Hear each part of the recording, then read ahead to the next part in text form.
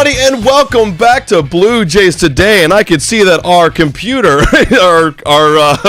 our camera's frozen right now. We're having a lot of tech issues this morning, everybody. But right now, we've got some big updates. Let's just refresh that real quick. There we go, everybody. Welcome, everybody, to the Blue Jays Today, where today we got some massive Roki Sasaki updates. No more Padres. The Padres are apparently out of the Roki Sasaki race, and that just leaves the Toronto Blue Jays and the LA Dodgers for Roki Sasaki. Have you heard this story before? It was a little over a year ago when we've heard this story before, and we got our hearts broken. We're going to talk about the recent updates that just came out and why Roki might pick the Blue Jays over the LA Dodgers. Before we get into it, guys, make sure to hit that like button, subscribe to Blue Jays Today. I'm your host, Don Paddle. And I'm your host, Nicholas Playlog, and I see a lot of people in the chat right now being like, I can't do this anymore. I can't handle it. I can't go through this pain again.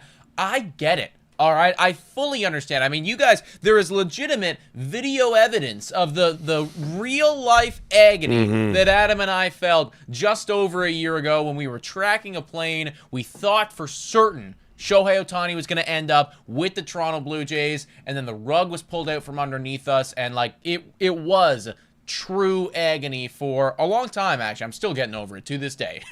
But so I understand. I get all of that. I fully hear what you're saying. But one of these times we gotta win one, folks. That's what I'm saying, bro. I'm so effing tired of losing. I feel like I'm getting blue balled.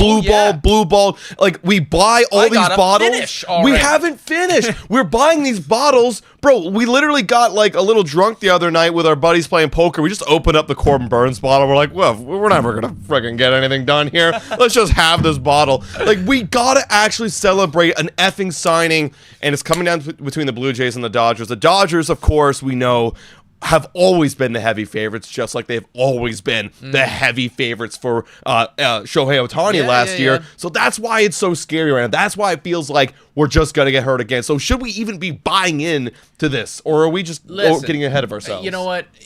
There's two sides to this coin. We're going to get into all the Roki updates whilst everyone's joining us. I see a lot of people coming in here, by the way, so shout out and thank you to everybody for tuning in on this beautiful Friday morning, afternoon. If you haven't already done so, hit that like, smash that subscribe button. Every 50 likes, we'll make a new moderator. But yes, we should, because we're sports fans. And ultimately, that's what this whole thing is about, right? Like, I mean, I've been a big sports fan, NFL fan, and a Blue Jays baseball fan for years and years. And I have never once seen my team actually go all the way and win it. I never have. No, right? Neither now, I've felt a lot of joy in that time and a lot of pain. But that's what it is to be a sports fan. This is the off-season's version of our Super Bowl, of our wild card series, of our what have you, right? Like, we're in it right now. And yes, if you're not feeling hope, then you're not getting out of sports what you should be getting out of, because that one time, the one fucking time that we actually cross the finish line with this, it's going to make all of those other times worth it. It will. I know. I actually was just thinking of, I was a semi-Toronto Maple Leafs fan, and all those Toronto Maple Leafs fans out there can understand where I'm coming from. I stopped watching the regular season because of how much heartbreak it actually caused me. Like, all through university, I think it was 2016 when Matthews was drafted, to about 2020, I watched the regular season, and I got hurt, and I just stopped watching it altogether because it just wasn't worth it anymore. And I think that's where a lot of Blue Jay fans are coming with this whole off season, is like, this is our Super Bowl. They don't even watch this anymore because it hurts way too bad. But let me listen. We're just about to transition to the news, but let me put it this way: if the Toronto Maple Leafs actually do go on to win the Stanley Cup this year, you'll be happy. I will. But you won't be nearly as happy as if you would have stuck it out. Oh, 100%. Sat through all of it. And that's what I'm telling to all you fans, is that, look, we're not going to do it. Probably he's going to be an LA Dodger. But the one time, like, if you hop off the train early, the one time when it does actually happen, it's not going to hit as good as it's going to hit for us, because we've been here since the fucking beginning. So you guys got to decide right now, are you on the Blue Jays bandwagon for the 2025 season? You got to determine that right now. Sweepstakes, folks, because the big update of today is the San Diego Padres are out. Shout out to Francis Romero right here, man. He tweeted this, and it kind of just got everything churning. It got everything churning right now. You'd heard for a while there that there was 3 finalists, and it was the Dodgers, it was the Padres, and it was those Toronto Blue Jays. And honestly, there was a lot of speculation and a lot of talk that the San Diego Padres, like, they were neck and neck with those LA Dodgers. Yeah. I even saw a couple articles out there being like, Padres taking the lead, looking like favorites for Roki Sasaki. Yeah, because you had Yu Darvish on the team. You were on the West Coast. Like, you had everything the Dodgers kind of have too, except, well, obviously the big mega superstars over there and the World Series ring. Like, you were basically neck and neck, a very competitive team, a winning team. Like, I would be like, okay, if you wanted to carve out your own path, that's the way to do it, going with the Padres. Absolutely, you know, and it made a lot of sense, and that was the speculation. And then it all got turned on its head this morning with this report. Now, there's so many things to love about this. The one thing, obviously, is that now it's the Toronto Blue Jays and this is the Dodgers. And that should be it. We've heard that every other team, Cubs, Yankees, Red Sox, every Rangers, other squad, they're out. So it should just be the Dodgers and the Blue Jays. But actually, the thing that I am most excited about this is that nobody saw this coming. Nobody thought that the Padres would go out of this race before it was over. And if nobody thought that and it actually happened, then maybe there's a chance that the Toronto Blue Jays could go all the way with this. So thing. You're telling me there's a chance? You're telling me there's a fucking chance. That's folks. right. And the report here, the reason why they're out is because the Padres are using that international signing bonus pool money for guys of Johan De La Cruz and Carlos Alvarez in the next few hours. Which, again, I know someone in the chat said don't trust this guy. He's not reputable. But you also have Will Salmon confirming it, and you also had John Morosi on MLB Network confirming that the Padres are out and they are going to be spending that money on these guys that are going to take a lot of money out of the Roki Sasaki international signing bonus pool signing, whatever. You know, you need all your money to go to Roki Sasaki. If you sign like $2-3 million away to these other guys, you know, the Padres had a similar amount to the Blue Jays, which was $6 million. Well, now you have like what? 3 or 4, that's not going to get the deal done. Like, obviously you're out, so maybe they'll still make an offer to him. Like, it's not it's more unlikely now. Like, if Roki really wanted to go to the Padres, he'd do it because he's going to make way more money in, you know, all these endorsements and whatnot. But it's more likely than not that he's not going to be going to the Padres anymore. And also too, right? Like, Roki's seeing this as well. And ultimately, like, if money's not the biggest factor, I genuinely believe, like, one of the major elements to convincing him is your commitment to him. And if all the reports are, well, these guys are out on you and they're spending their money elsewhere. Right. I mean, ultimately, why would I ever choose to go there if the LA Dodgers and or the Toronto Blue Jays are going, here's all our international money.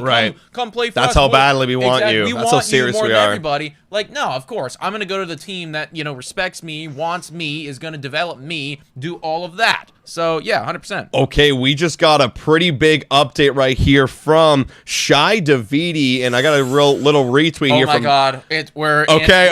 Roki Sasaki watch along mode. This is Roki Sasaki watch along mode, everybody. Baby. Here we go. We got a big update here from Shai Davidi saying, hearing the Blue Jays are working to acquire additional international bonus pool room as they await Roki Sasaki's decision. Now, however, doesn't mean a decision has to be made to be expected from all finalists for the right-hander, so they're ready for all possibilities. So they're just saying, hey, let's help boost our case a little more. You got the Padres leaving. Let's get a little bit more money. We got to be on standby if they go and make a trade. Again, they can only trade for up to $250,000 of international bonus pool money. So if they make a trade, that's just $250,000 more towards the Blue Jays. Wow. Okay, big update. Okay, big update. We are here, everybody. We are here, folks. Welcome in, guys. Welcome in. The Toronto Blue Jays are players right now. We're being serious. This is a big update, right? Like, this is saying, like, hey, you guys are spending your money. We're going to acquire more money. And here's another thing to factor in is you've got the Dodgers having less international bonus pool money than the Toronto Blue Jays for 2025. Like, we have more money in that regard. Now, again, I've said this before. If you're seeing the future of Roki Sasaki, like, you're gonna make more money with your deals, your sponsorships, your endorsements than this international signing bonus pool, because you are that kind of guy. We'll see if that plays a factor here, but they're doing everything they can.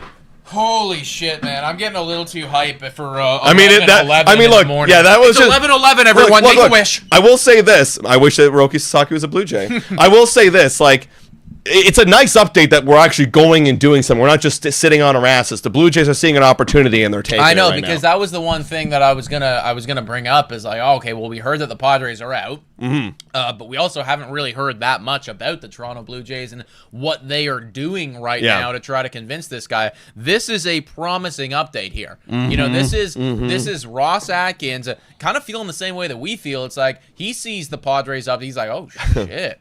Padres are out? Yeah, let's go. We haven't heard that we're out yet. Like, let's do some work here. And like Ross should be. We know this guy needs to go make a move. I mean, how many times have we had this conversation about how Ross Atkins needs to go make a major move this offseason in order to save his ass? Because first you need to make a major move. Also, you need to sign Vladdy Guerrero Jr. back. But you also need to win. Like, the first step is make a big move. And we haven't got that yet. And after Roki, there's literally nobody left. I mean, yes, you could say Pete Alonso, Anthony Santander, like that would kind of bring me back, but Roki is different because you're going to have this guy for 6 years on a league minimum contract for at least the first 3, and he's going to be part of your future of the rotation. 23 years old, flamethrower, great stuff, great splitter, great slider, great four seam. Like, this guy's the future. He's going to change your franchise, where Pete Alonso is going to add that thump to the lineup, but I don't think anything's more franchise altering than what is Roki right now in the market. No, dude, like, Roki is so exciting to me because we're gonna grow with him, and we're gonna have time. Like,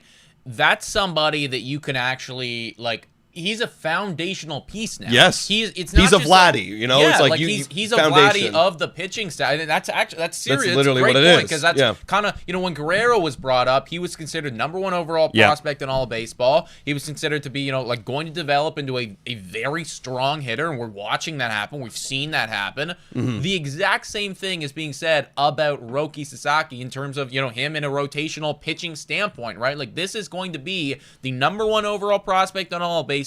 The heavy favorite to win Rookie of the Year because he's better than all the rookies. He's basically already done all that shit in the MPB and dominated from a very young age. This is somebody that's different, man. Like, I know I'm getting way too ahead of myself right now. I'm getting way too ahead of myself. How can we not, man? I remember when we were on the Ohtani stream, we were talking about, because we actually thought he was coming. Everyone thought he was coming. I mean, if you didn't think he was coming, you're lying to yourself, because at that time, multiple people were confirming. There was a solid, like, 2-hour time frame where it was like, okay, it is happening. Yeah, and then, even 6 hours because of the whole flight. Right. The entire flight that took to get over here, right? Like, it was so incredible. And I mean, we can obviously get ahead of ourselves right now for obvious reasons, because we just need to win so bad. We do. Shout out to the 719 people who are currently watching. I made a promise. I said that every single 50 likes, we would be getting a new moderator. We're trying to build up our moderators again, because last week we were hacked on YouTube,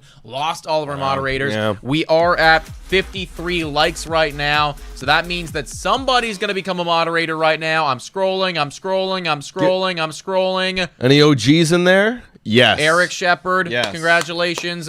You're a moderator. Let's go, dude. Eric. Welcome in. Shout out and thank you, by the way, to Matt Pink for the $6.99 donation, saying, guys, we need dying print labels for those bottom. What those was Sharpies that? are bad. Okay, yeah. The Sharpies aren't great, everybody. Well, no, they're not great. But we here's all the thing. know what it represents and what it means. Here's the thing, though. Because we kept missing out on so many free agents, we really got to go spend the more expensive labels. Also, I'm not gonna give a shit what it looks like when I'm down here. Exactly. Exactly. So there you have it, guys. Thank you for the dono, Matt. And I also saw somebody asking, "Are we going to down that entire bottle?" Yes.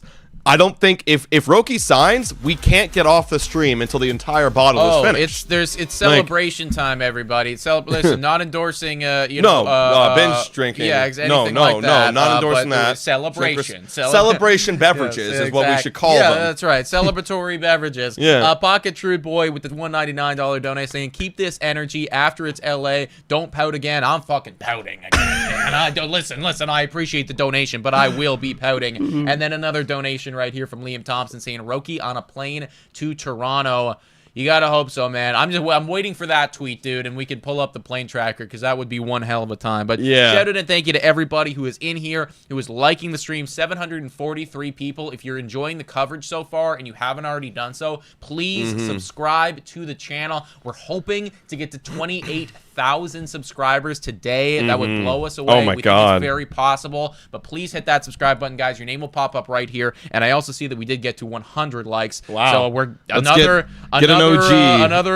person getting a spot or a moderator coming in here right now. If you want it, you let me know. Who's been around for a while here? Who's been around? Somebody that just said, let's get rowdy. Yeah. Oh, 100%. That feels like somebody who's been around for a while. Let's go, baby. Thank you to you for liking, for being here forever, guys. 745 people in here. Let's talk more about Roki. Let's talk more about Roki. Now, obviously, we've been talking about all the positive for the Blue Jays right now, but we have to always look at the other side of things, which is the LA Dodgers.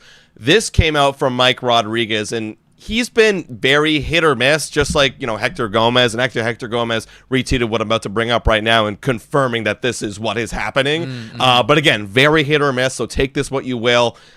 Mike Rodriguez came out with a tweet right here saying that source, Roki Sasaki, is close to a deal with the Dodgers. Now, that's just deflated a balloon right there. Everyone's hopes getting deflated. But however, again, hit or miss, he says the source tells me that it will be a big surprise if Sasaki goes to Toronto. When did he tweet that out? Like literally right after the Padres thing happened. Right after the Padres. Yeah. Okay. Right after. Well, that's not great. But look, Shai Davidi's tweet is what's instilling me with confidence. That's the thing, right? Like maybe let's paint a picture right here. The Blue Jays have been told, hey, if you can get some more money for Roki, he'll come with you. Oh, okay. Again, like I still find it so hard to believe that, but maybe it's like a show of loyalty. I don't really know what it really means to Roki by getting him an extra like $250,000. But either way, you have one guy saying another thing that the Dodgers are close. Which again, like for me, if I didn't really have a trustworthy source, like I'm just taking a shot. Obviously, I think the Dodgers are gonna sign. They're the favorites here,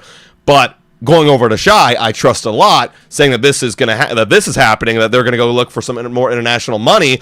I like that update a lot better. So yeah, I'm gonna choose to believe Shai Davidi's update. Yeah. And Mike Rodriguez, look, I love you when you're telling me about good things with Vladdy. I don't love you right now. So like, come on, let's clean it up, dude. Let's clean it up. Yeah. Make it so that I'm happy all the time. Well, okay, look, you said this earlier today, me, and honestly, you're right. The Dodgers don't even fucking need him. They don't. You don't even need him, guys. Like, seriously. Let's just, yeah, please. I was looking at this when I said that comment right here. Bring up their roster. Now, we know that, they had some of their starting pitcher woes, last season. Lots of injuries. Even though they still won the World Series. But look at this fucking squad. You got Blake Snell. You got Yamamoto. You got Tyler Glasnow. You're assuming that they're going to be healthy. You got Gonsolin, assuming he's going to be healthy. You're going to have Shohei Ohtani in there. Yeah. You don't need are you kidding me? Your full rotation with Roki is going to be Ohtani, Yamamoto, Snell, Glasnow. Am I missing somebody? No, that's it. Right. Snell, Yamamoto, Glasnow, Ohtani, and Roki. Yeah, that's the 5 right there. Are you kidding me? And then it's like, what do you even do with what do you do with Gonsolin in May? Like, what are you going to do? Put him in the bullpen? Oh, wait, your bullpen is effing stacked. What are you going to do? I guess maybe one of them, you kick out Michael Grove? That's one of your best prospects right there. Like what are you doing? It's just wealth beyond imagination. You know what I mean? Like, I genuinely, I'm disappointed in the rest of MLB. And I'm speaking to all the other teams right now. I'm speaking to the Toronto Blue Jays. I'm disappointed in the rest of MLB that we let this happen. Because, you can get angry at the Dodgers all you want, but they're doing their due diligence as a management and as a front office. They're going out and they are spending the money. So you got to give credit where credit is due. But I'm disappointed in the rest of us for allowing them to get all of these deals across the finish line. Yeah, and again, also real quick shout out to Phil Borm saying, let's say they sign Roki, thank you for the $690 donation. How does that affect Vladdy extension, and how do we get the balls to the wall with free agent? How do we go ball to the walls for free agent? Okay, so I'm going to say one in just one moment, but here's the thing. It's not for lack of trying with the whole, stopping the Dodgers. I think the Blue Jays have been the front runners of let's stop these guys, and the Mets have been there. The Boston Red Sox have been there. But the point of the matter is they're just so desirable. I think it's not about them stopping free agents. It's free agents want to go there.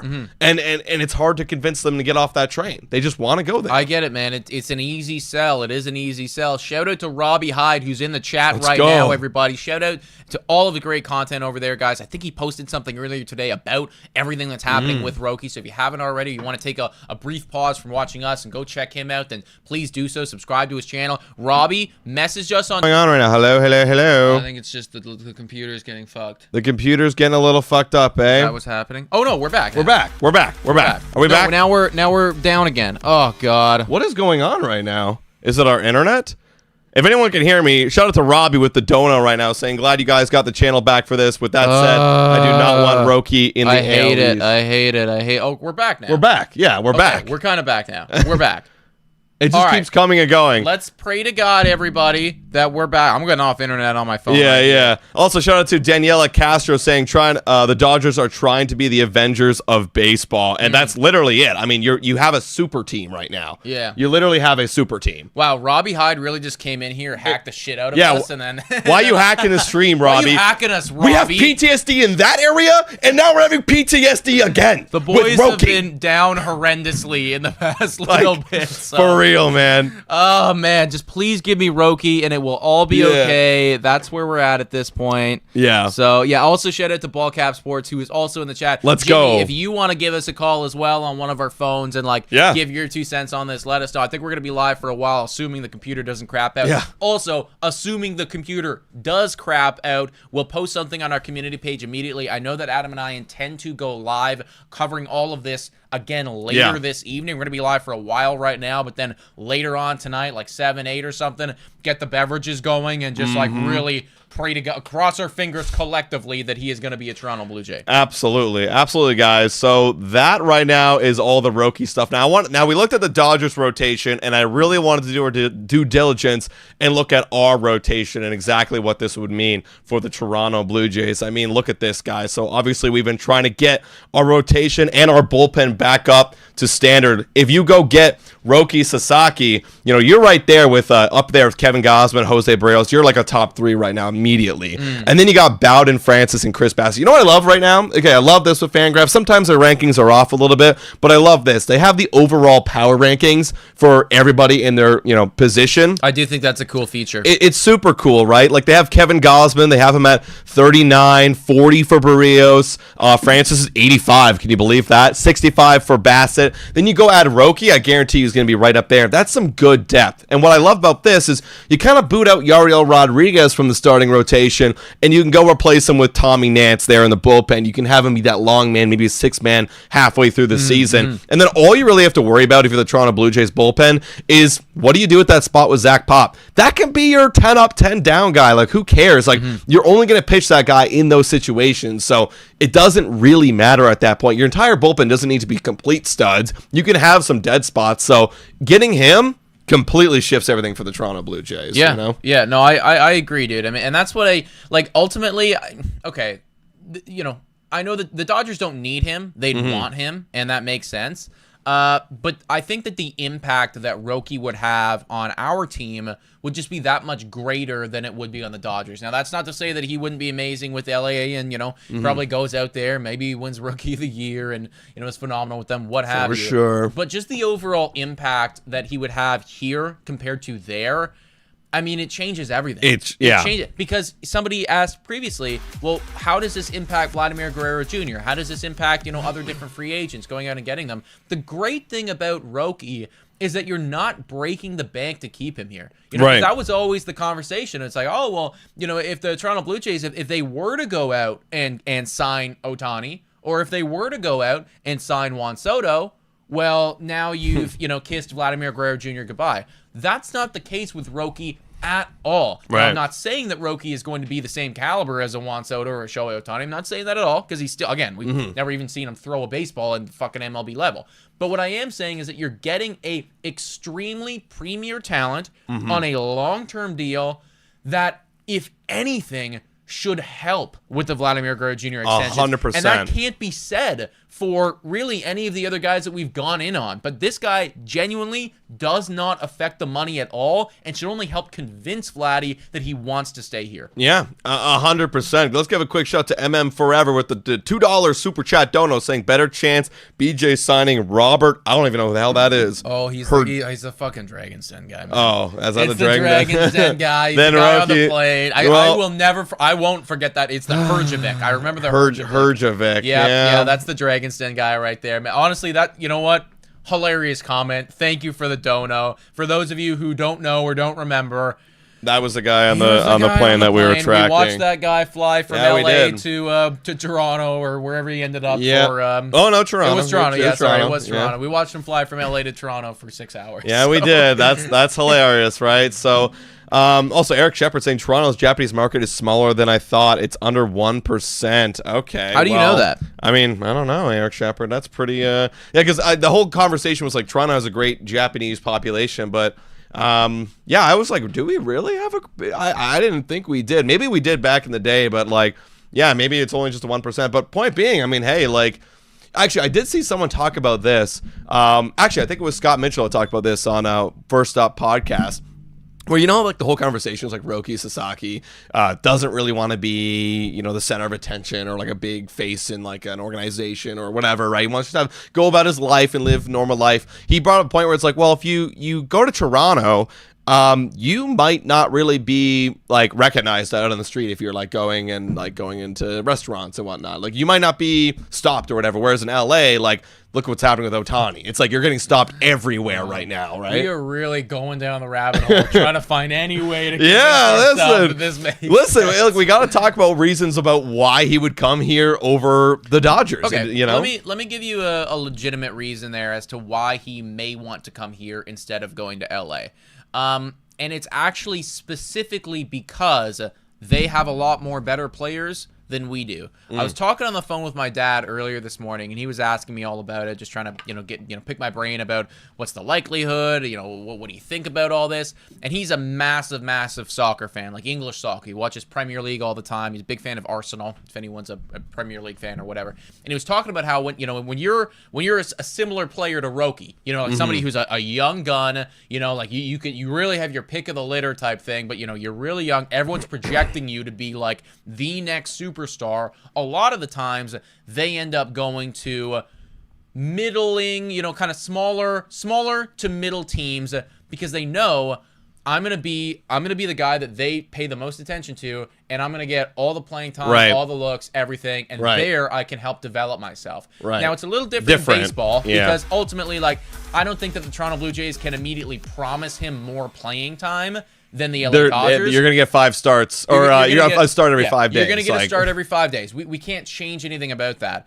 But the one thing that we could potentially promise him is that you are our top priority. Yeah. Whereas over there, it's Ohtani, it's Yamamoto, it's Glasnow. Like, there's so many other mouths to feed in terms of, you are the guy that we're looking to develop. You are the guy that, like, if you want, it's almost like getting it's the difference between, you can go and you can book like an acting class. And you can get an acting class where you're one of 20 people, or you can book a private one-on-one coaching. Right. And ultimately, what's going to help you more? It's the private one-on-one coaching. And I think that that's something that the Toronto Blue Jays, they should be trying to sell on him and be like, listen, you can go to LA and we know it's going to work and it's going to be good and everything like that. But if you want us to really care for your career, that's something that we can promise you that we are going to do here. Yeah. No, I absolutely agree. And that's a great point. We also just made a move, guys. We just made a move, getting more money for their international signing pool space. Official. We've acquired Miles Straw, cash, and international bonus signing pool space for the 2025 period from the Guardians in exchange for a player to be named later or cash. Straw won the Gold Glove in 2020. I don't give a crap about Miles Straw. I give a crap about international bonus signing pool space. Let's go. Oh my my goodness gracious. Let's go. We're making moves. Here we are. I gotta clip this. I gotta clip this. People are saying Scott Mitchell. I'll take a look on Take a look at Scott Mitchell. Please, for the love of God, my God. do not crap out today. Well, it's just so funny that of course, they go trade with the Guardians for another defensive player in the process of getting.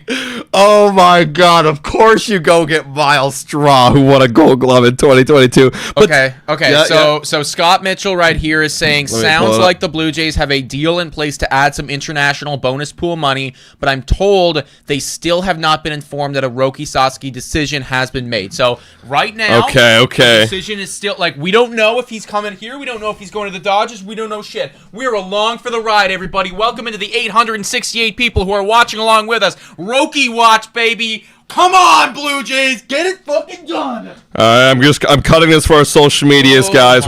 God. You're gonna be along for the ride. Where is it? It's way over there. It's right over here, everybody. Do you see this, folks? This is the celebratory Roki Sasaki bottle. If he signs here, oh God, I want to drink it so bad. I want to get drunk again. I want to feel good again. I want to get drunk at 1 o'clock. Responsibly. To the 900 people, guys, we got a chance. We have a real chance. That Ross is making. He's cooking. He's making moves right now, everyone. Who's ready to get hurt again? I see 900 people who are ready to get hurt again, everybody. If you're just joining us right now. Don't want to break that. If you're just joining us right now, everybody, to catch you up. Earlier this morning, the San Diego Padres, they were taken out of the race. That was confirmed by various other sources. So San Diego Padres are out of this thing. It is between the LA Dodgers and it is between the Toronto Blue Jays. Now, the Toronto Blue Jays, they were always looking like a long shot, but just now, they have made a trade specifically to go, I guess also to get Miles Straw. Yeah, that's what I was saying. It's like, hey, we got international bonus signing pool space, but we actually got a Ross Atkins move. We actually got a Ross Atkins move. We got a guy. Which we are going to break down momentarily, but also to get some international bonus signing pool money. Okay, you want to know how much international signing? How much money? You're going to love this. How much money did we get? We got $2 million. We got $2 million. Oh my God! We got $2 million. That's actually a game changer. We got $2 million. Oh my God! I thought it was for a quarter. Oh my God! Again, Scott Mitchell's the one who told me. $2 million? $2 million. That could move the needle. Dude, Kate, I was wrong. Scott Mitchell, I took what he said. He said he could only do a quarter. That's $2 million. We have $8 million versus the Dodgers $5 million. It's happening. Oh my God. Okay, but again, Ben says this does not mean Roki Sasaki has made a decision, but Jay's clearly prepping in case he chooses them. I'm posting stuff right now. The Blue Jays we're doing it again, everybody. It's happening one more time. If you guys haven't already done so, please hit that subscribe button. We have 1,000 people in the chat right now watching for Roki Sasaki. It feels like a decision is imminent at this point. The Toronto Blue Jays just made a trade. We're going to break down what it means for Miles Straw. I also don't know what we gave up. Do you know what we gave up? We just gave up cash. We just gave up cash. Yeah, we just literally traded where is it? We've acquired blah blah blah and cash. Oh, no, sorry, for a player to be named later or cash. I don't care. You know? Literally nothing. Now again, I will say this. I know you said the decision's imminent. We don't know if the decision's imminent. We're just making moves to then go and prepare for him. Like we're getting a lot closer here. Well, for sure. Whoa. What happened? No. Okay. You know how sometimes you get I'll get these notifications from random accounts. So I got a notification from somebody named Mike being like, Sasaki has chosen the Blue Jays. Oh my God! I fucking lost it for a second. Oh my God! He has not yet. We don't know. Nothing's happened at this point. We are still waiting. But this is the big thing right here, man. $2 million. That's huge. That is huge. That is literally $8 million now to go get Roki Sasaki. Oh my God. That's insane. I finally got that post out. $2 million. We also get Miles Straw. Why don't we take a moment and just look at Miles Straw? Yeah. This is crazy. So Miles Straw now, He's a Toronto Blue Jay. Obviously, it's just the defense with this guy. He is a terrible bat, like really bad. I mean, my goodness, you're basically looking at oh my God, the Waluigi and mother effer. Who's the guy that we also got from Cleveland? Who was the center fielder that was terrible at hitting? Fisher? No, not Fisher. That was Houston Astros. I know who you're talking about. I just can't remember his name. I can't remember his name. Someone in the chat has to know. Someone will know. Someone has to know who we're talking about. This is literally the exact same thing. Wow. Who was it? I don't know. Was somebody Zimmer. Bradley Zimmer. That's his effing name. Yeah, Bradley Zimmer. This is literally just a Bradley Zimmer. And we also got international signing bonus pool money. Okay. That's awesome. That's perfectly fine, man. That is perfectly awesome. perfect. Thank you in the chat, everybody. Also, by the way, I missed a couple moderator checks. I said that we're going to be naming another moderator every 50 likes. I did not do one for 150 likes, and I don't think I did one for 200 likes either. Or no, I did one for 150. There's one that I need to give out right now, so I'm going to give out another moderator. If you haven't already done so, like up the stream, guys. Every 50 likes, a new moderator will be named. Scrolling. Let's go. Scrolling right now. Who's going to be a moderator? Wow. We got 1,000 people, almost 1,100 people in here for the Roki Sasaki sweepstakes, man. Let's go. Let's go. Oh, would you look at that? You know, this only seems fitting right now. Jimmy Ballcaps? Jimmy Ballcaps Sports. If I could even, like, add him right there. Let's go. Hey, we have a couple donos in here. Oh my God. Martuccio, someone Perez saying, put towards the international pool, LOL. Adam and Nick, what we drinking if we get him? I'll tell you right now, we're drinking that Prosecco right over there, the Roki Sasaki bottle. And what if we get him? What are we drinking if we get hurt again? Beers. Yeah. Probably gonna go to Metro and get some beers. Yeah, just be sad. Just a sad beer night. Shout out to Jimmy Ballcap Sports, guys. Great content over there. I'm sure he's got some stuff out there right now about Roki. If not, I would imagine he's going to be creating some stuff very, very soon. Jim, let us know if you want to call us on Twitter, like just for 5 minutes or something to give your 2 cents. We'd love to have you on here, dude. We always love talking ball with you, and I know the people would love your opinion as well. So just let us know, man. We got to catch up on some donos here. Noel Leon with the $2 dono. I think we're forgetting it's like Dodgers GGs. It's the Dodgers GGs. No, it's not GG yet. It's not GG yet.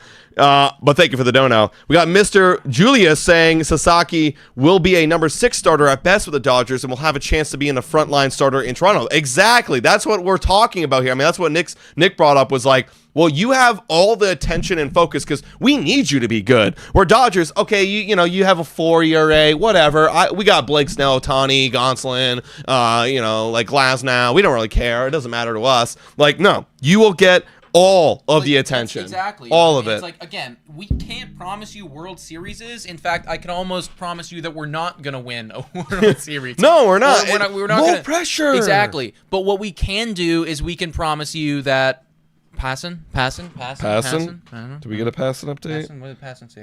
I didn't see any passing. I didn't see any passing. We're following along with the chat. Following along with the chat right now. What do you got for me? Anything with Jeff Passan? Nothing with Jeff Passan. Guys, listen. Okay, no trolling. We're being serious. I'm on the edge of the cliff right now here, folks. All right? I'm on that.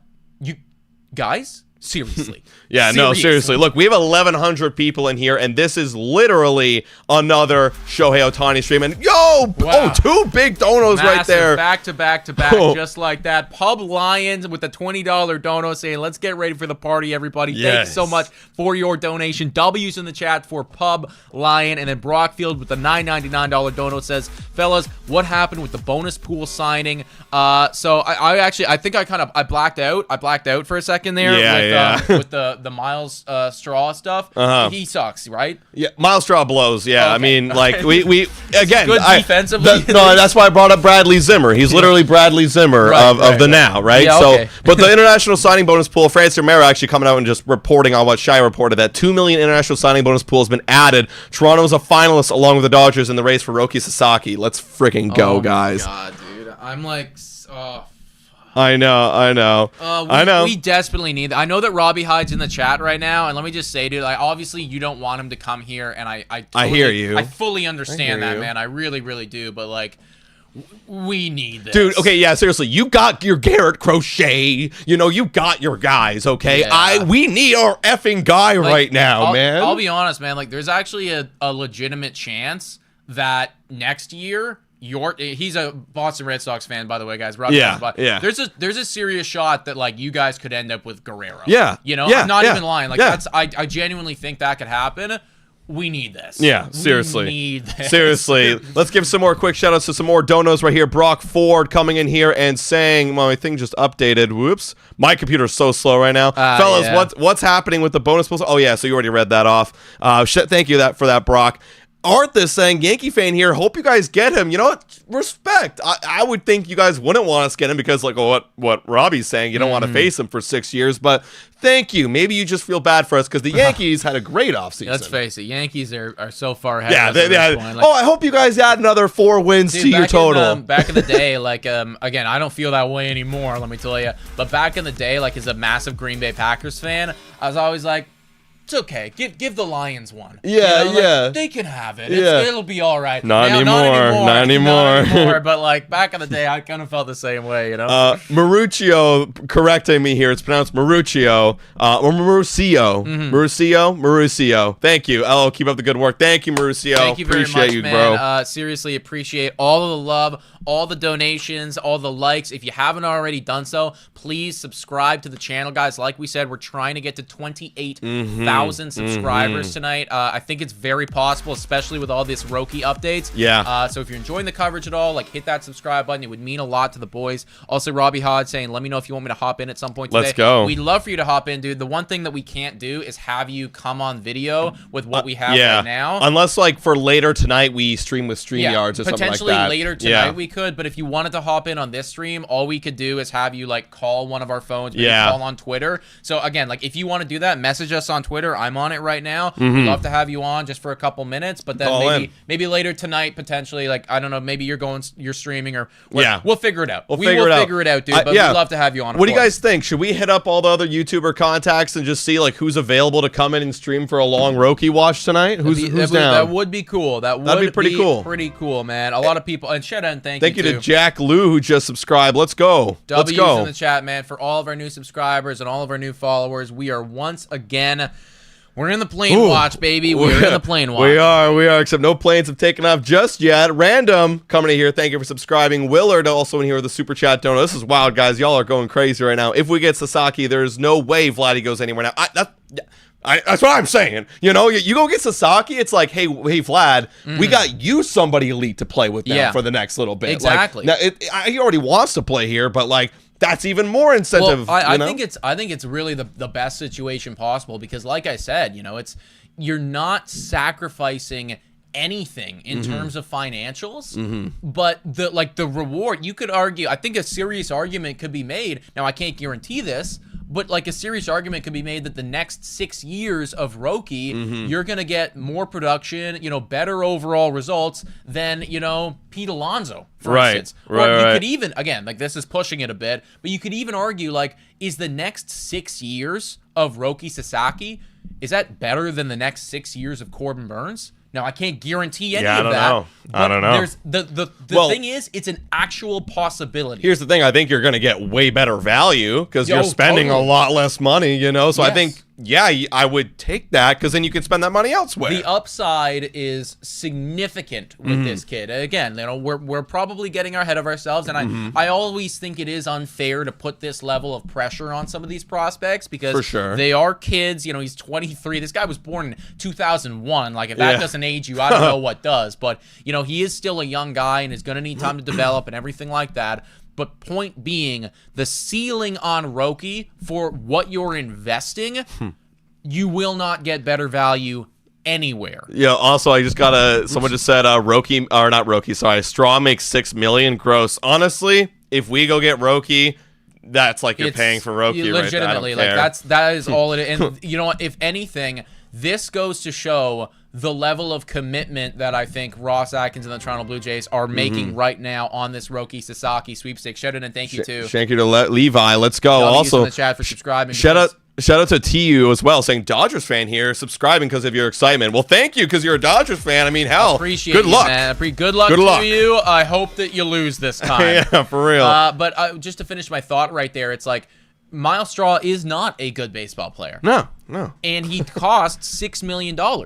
The only reason that they are going and they are making that move, they're sending somebody away or paying cash to take on that contract and to get money for the only reason they're doing that is because of the international signing money. That's it. That's it. Which makes me believe that they believe they have a legit shot at this. Yeah, well, I love how the Blue Jays are just taking advantage of the Guardians right now because, like, we all know they need to dump money. Hell, they traded away Josh Naylor, Jimenez. Like, they need to dump money, and they're doing it right, and they're already dumping Miles Straw right now. Yeah. Like, the fact that they were willing to send away all that money is crazy. You know, the really sad thing is, though, they're going to have a payroll like a third of our size and still kick our ass. Because they're better coached, better managed. It's legitimately, that's all it is. Yeah. It's like they just have a great system there and we can't figure it out. Shout out to Arthas right here, $10 dono, saying, my Yankee perspective is I hate the Dodgers getting anything. If I have to choose between the Jays or Dodgers getting him, I'm picking the Jays every day. So go get them, boys. Thank you very much. Yeah. Listen, as you know, we're Toronto Blue Jays fans, but we have actually been extremely, I don't know if supportive is the right word, but we have been commending the Yankees offseason. Like, the fact that you guys lost Juan Soto, and I would argue still had a really good offseason, like, tip of the cap to all those guys up there at the front office for doing that, because, like, the backup plans were in place and you guys executed them to perfection. Yeah. No, I honestly, if I were to say there was a winner of the offseason, my hot take is, other than the Dodgers, I think it's got to be the Yankees because of what you were able to do to bounce back from what happened when you lost Juan Soto. Like, seriously. And I think you guys might have actually gotten slightly better just because of the depth. That was the big problem. You guys didn't have the depth. And I think you guys really, addressed that this offseason. Also, we do have a tweet here from Keegan Matheson. Might as well bring it up. Yeah. He's right here saying, this is an extremely aggressive move from the Blue Jays to position themselves in the Sasaki pursuit, which is exactly what they should be doing, of course. Yeah. Miles Straw is due for $13.8 million over the next 2 years with a 2027 buyout of $1.75 million. Okay, we're buying the fuck out of him. But nothing else matters if they land Sasaki, and that's exactly what we're saying right now. Dude, it's legitimately like that's the only reason that they make this move. That's it. Is that they believe wholeheartedly that they have a real shot at this. Yes. Fuck, it's happening again, dude. It's happening again. They're doing it. They're doing it. They are doing it. Please cook, Ross. Missed a couple donos here. Mr. Julius H with the $5 dono saying Sasaki is the domino effect for more free agents. Alonso Santander. Yes. I hope so. Oh, absolutely. Honestly, what I really hope is that he's the domino effect for the extension. Absolutely. Like that to me, if you get look, listen. Look, I'm actually starting to buy in now. No, I'm buying in. No. Yeah. Fantasyland right now for a second. If you get Sasaki and you extend Guerrero, I take it all back, Ross. I take it all back, Ross. I have to tip my cap to you if you are capable of doing that. So I completely agree with you right there. We also missed a crazy donation here from Jeremy Gross with the $50 bomb right there. Saying good stuff, fellas. Thank you very much, Jeremy. Thank you very much to everybody who has donated so far in this stream. This has been electric Blue Jays Today show so far, let me tell you. But all you guys are legends. And if you haven't done so and you're enjoying the content, hit that subscribe button, guys. I think we're getting very close to 28,000 subscribers, and like I said, we would love to get there by the end of the day, folks. Yeah, dude, guys, we're legitimately like not even that far away from 28. We're like not even that far. God. So like, subscribe to the channel if you haven't already done so, folks. I think we can hit it in this stream, guys. I literally it just hit me right now of like what this means. Sean, thank you for just subscribed right there, Steven. So thank you, Steven. It just hit me right now of how much more international sinus bonus pool money that is. What did he say? He said he wanted 60% more, right? Jennifer with the $6.99 dono saying hype. I agree, Jennifer. We are hype. Can we do some research right here? How much money do the Dodgers have? I think it's $5 million in international money. Yeah, here. Can you look? I don't want to like fuck with the stream at all. That's fair. That's fair. Let me see if I can look this up right now. Wow. Yeah, and there's Mark Feinsand confirming what we know. Signing. Wow. Money. By MLB team. Everyone's saying Passan, but I don't know how much we're believing in Passan. These tweets. Right I think somebody said something that's non-Roki related, but something maybe still interesting. Oh, Jared Duran and the Red Sox have agreed on their arbitration. Yeah, their arbitration. Wow, that's actually not that much money for him at all. No, well, because I think he's still early, right? I think it's his first year. Robbie's probably in the chat still. I think that's his first year, which actually is... Oh, wow. They agreed on a 1-year, $3.85 million deal that includes a club option for 8, avoids arbitration. Does that go for the rest of his... Does that go for the rest of his... I don't know how many years did he... I thought he had more years than that. I don't know. That's not Sasaki. My brain's not like registering that right now. For like, I need Sasaki news, right? Okay, so I'm learning right now, everybody. I am learning. So there's a couple teams out there that have $7.5 million in bonus pool money. We are not one of them. Typically, it goes to the smaller market squads. Shout out and thank you, by the way, to everybody who's subscribing. W's in the chat, guys. We really appreciate it. We're very close, like I said, to 28,000 subscribers. Now, the Toronto Blue Jays are in the tier where prior to this trade, they had $6.2 million in international signing money, and that's alongside the Braves, the Cubs, the Mets. A lot of teams are actually in that tier. The Dodgers are in the lowest tier. They have $5.1 million alongside the Giants, and that's because they're like, it's got something to do with their big market and everything like that. Fuck 'em. So currently, and I'm not sure, somebody let me know in the chat, have they made any other trades to add to this? No. This article was done 2 days ago, so it's pretty relevant. They haven't. So that would mean that we are $3 million greater right now. $2 million. No.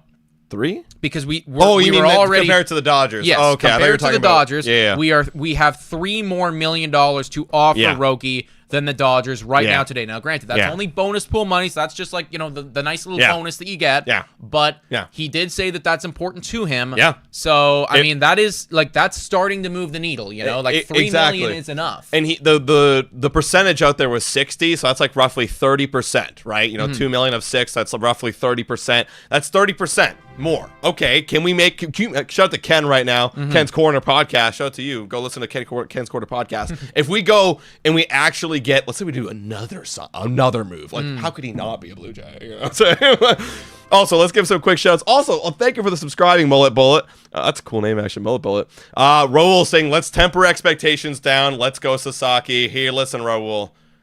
Let me have this. Let me have this. This is all I have right now. Seriously. Thank you also to Brock saying, can y'all crack one? It's already 11:50. Dude, I actually would to calm the nerves a little bit. We do not have anything here right now, but like seriously, to chill the nerves, the boys would do it. I know. I'm a little bit too high strung right now for it being midday. I know. At 11:50. Dude, can you believe that? Like, here, I felt like so much has happened in the last hour. We usually do our Blue Jays Today shows every Monday and Friday at noon. We had to do it early because of all this stuff. If we went live at noon, I'd be like, God. We missed all everything. Good shit. We missed everything. Yeah, we're missing everything right now. 1,200 people in here, folks. Roki Sasaki signing.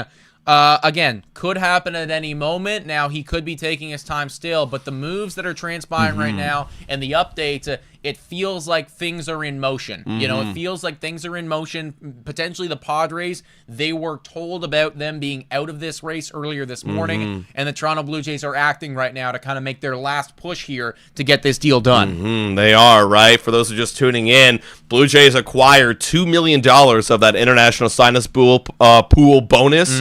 That's huge because that's a huge advantage of the Dodgers. Now, I'm interested to see if the Dodgers go make a counter move right now. They're going to have to, because I mean, yes, you're the Dodgers, you probably have that advantage of just being the Dodgers, but you're down $30 million compared to the Blue Jays. I mean, you know, he's picking the Blue Jays for a reason. If you're going to offer him more, then hell yeah, we won. And that's what I love about this. It's like there's actually a cap to this bonus pool stuff, whereas like before there wasn't any cap when it came to Ohtani. Like, who knew how much money he was going to get? For us, we do have the advantage right now. Well, it's just like, eventually, like, I hear what you're saying. It's like the Dodgers. They always go out. They always beat us to the punch.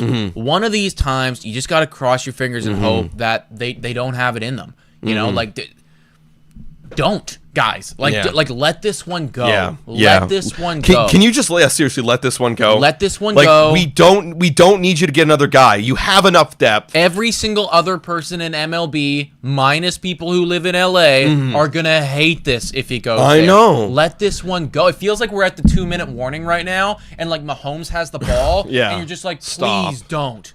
Just lose. Just let someone else get win. Intercepted already. I know. Like just stop it. I know. Like don't do it to me again. We did get a little update on the Miles Straw situation for those who are curious right now, because this is pretty interesting. I think it's Ben Nicholson. Yeah, Ben Nicholson Smith coming out here with an update. Apparently the Cleveland Guardians are going to be covering some of Miles Straw's contract. That's interesting. Cleveland is covering $3.75 million of the remaining $15.5 million owed to Miles Straw, sources tell me and Shai Davidi. Also worth noting, Straw's money counts towards the Blue Jays' CBT calculations, regardless of whether he's on their 40-man. So, I mean, there you go, right? Like, that's another, I think, what is it, $6 million for next year, someone said. If Miles Straw is $6 million for next year, then that does add to that the CBT, which kind of factors into getting other free agents. But I think if you go get Roki, like, who cares? No, I mean, at this point, who actually gives a crap whether you're over the luxury tax or not? I don't care. No. Like, really, all this boils down to, like, this is a move that the Jays are making solely to convince Roki to come here. That's it. That's the only reason that they're doing this right now. Because ultimately, like, Miles Straw is not worth that money. No one was going to take that contract. They're only doing this to get a couple more $1 million to potentially outbid the Dodgers. And like, we just got to cross our fingers right now and hope that that is going to move the needle for Roki. And he's going to go, oh, wow, $3 more million that I get over there, and you guys look really committed to me. I'm willing to do this. That's where we're at right now, guys. That is where we're at. Oh, I love it. I love it. Let's take, I want to take some questions from the chat right now. If anybody's got some questions, let us know. We're just firing off right now. We've got almost 1,300 people in here. If you haven't already done so, make sure you hit that like button and subscribe to Blue Jays Today. 1,300 people. This was like the exact number we had at the beginning of the whole Shohei Ohtani playing watch along stream. Yeah, like we had that concurrently, and we're all back again. I love how we're all coming back, ready to get hurt again. A year later, folks. Also, I brought it up earlier, guys, but we're gonna be putting somebody as a moderator every 50 likes. So if you want to be a moderator, let's bump this like goal up. At 350 likes, I will appoint another moderator. And like I said, please subscribe to the channel as well, guys, if you're enjoying the coverage so far. Hey, PAPP saying, Adam, can you help me convince my teacher to let me watch the stream in class? All right, well, here you have it. Hey, teacher, listen, this could be the biggest moment in Blue Jays franchise history, because we could be getting a franchise-altering pitcher that could change the name that is Toronto Blue Jays. Right now, we've been crapped on. The whole Toronto Blue Jays franchise has been crapped on. Today, this moment could change everything that you know about Blue Jays baseball. It could get Vladdy back extended. It could get Pete Alonso here. It could make Blue Jays competitive again and make another run at the World Series. So if your student misses out on this moment, they might regret it for the rest of their life. Don't do that to your student. That's your teacher. Supposed to inspire people. This is inspiring. There you go. Yeah, that's about as good as we can do for you right there, guys. So hopefully that moves the needle for the teacher, and we'll see what happens with that. Also, I put a poll in here earlier today asking you guys, where is Roki going to end up? 56% of you are saying he will be a Dodger. 40% of you are saying Blue Jays, and 4% other. And honestly, like, at this point, I would argue that that's kind of where I'm at, man. Like, I still think that the Dodgers are going to be the front runners here, and I think that there's a lot of things that are going that way. But, like, let's say that the Dodgers, I guess I'll put the Dodgers at, like, 65%. In my opinion, and then the Blue Jays are at a 35% chance. Yeah, honestly, the trade really increased it for me. It changes it for me a lot. I was probably at 15. I'm probably about 30-70, roughly. So maybe I'm more pessimistic, but like, I mean, like again, around the same kind of area right now. It's like we are in the mix. I can't guarantee you. I don't think we're the favorites yet or anything like that. But this is showing me a level of commitment that I honestly didn't anticipate from Ross Atkins. Like, I didn't think that he had it in him. And I agree. He's fighting. He is fighting right now to get this deal done. I think that you're seeing that level of desperation right now. Like, what's more desperate than taking on $13.5 million? Well, maybe in Ross's mind, it's like, well, this is actually a good deal. Why does nobody want Miles Straw? You want to go glove in 2022? Oh, he's probably like, wow, you're really just giving me this guy and paying for his contract and giving me international bonus pool money? You know what? You might be onto something right there, man. But no, like. This is We're here. We are here. Quick shout out to Leanna S, who has a question here saying, Nick and Adam, when do you see Alex or Anthony picking their teams for 2025? Honestly, I think it's got to happen after Roki, because Jays are a big factor in this right now. I mean, Dodgers aren't really in on those guys, but I think Dodgers are a domino, and I would say that all the efforts right now are on Roki. Maybe they're waiting to see, okay, if the Blue Jays do get Roki, maybe that does convince me to go sign with the Jays right now, because I want to play with Roki for the next whatever, because they would cover the entire years that Roki is a Toronto Blue Jay. So yeah, I would say maybe a week after whenever he signs. Absolutely. Also, mod time in. I will be appointing another mod right now. If you want to be a moderator, let us know in the chat, everybody, and I will moderate somebody, guys. And like I said, every 50 likes, we're going to appoint another moderator, because we lost it when we got hacked a week ago. So we're still building up the YouTube channel and everything like that. But we appreciate everybody coming in here, and that's why I've been asking everybody to subscribe as well, because we lost a significant amount of subscribers during that whole ordeal as well. So we did. It would help out the boys a lot if you're enjoying the content to subscribe. Yeah, please subscribe, guys. Almost at 28,000 subscribers. That would be absolutely freaking awesome. Scrolling. Absolute Dan. Absolute Dan. I've been eyeing you for a minute, Absolute Dan. You are a moderator, dude. Shout out to Absolute Dan. Shout out to everybody who's become a moderator. And shout out to everybody that subscribed. Shout out to Austin right now. It was dark days a week ago when we had no idea. Now we're so back. We're so back. Dude. We're so back. And we were so worried as well when we were hacked, when the YouTube channel was down, that something like this was going to be going on over that weekend. You know, like I just kept thinking, it's like at any given point, like you had the Jeff Hoffman signing, and it felt like there was momentum building for something to go down. I mean, I'm so grateful that this is happening now. Yeah. And, you know, wasn't happening a week ago, because that just would have been the fucking worst. I agree. I think it is. We're due for one of these guys. Let's give a quick shout out to the sponsor of this podcast. Whoa, time for a quick shout out to the sponsor of this video. Hit your picks and knock it out of the park with Betway. Scan the QR code down below to join the action. Only available in Ontario. Must be 19 years of older to participate. Please play responsibly. Now, everyone, back to the content. Shout out to Betway, everybody, for being absolutely phenomenal. Do you have any lines up here? I don't. We got live so quick, I didn't even have time to prep that thing. Worries. But no worries at all, man. There's lots of cool football games on this weekend. If you're an NFL fan at all, so go check them out. Betway has some of the best lines that you will find over there. Chiefs by a million. Chiefs by a million. Actually, also, I did hear something. Just food for thought. Probably the refs will help them, but Chiefs haven't played a football game since Christmas. Real, you know, like Patrick Mahomes. Their starters haven't played a football game since Christmas. So that's a long time. You know, are they a little rusty when they come out? They're probably feeling pretty healthy and pretty good, but like, is there just a tiny little bit of rust? I think so. I want to answer this question real quick right here from Flashhawk, because he is a Dodger fan and saying, Dodger fan here, how good is Toronto's pitching development? Thank you, everyone who's just subscribing right now. Well, that's the big point why I think Roki could make it, or an argument could be made for Roki to come over here to Toronto. Developing the minor leagues? Terrible. I'm going to tell you first right here. Terrible at developing pitchers. Yeah. Developing them and maintaining them at the big league level?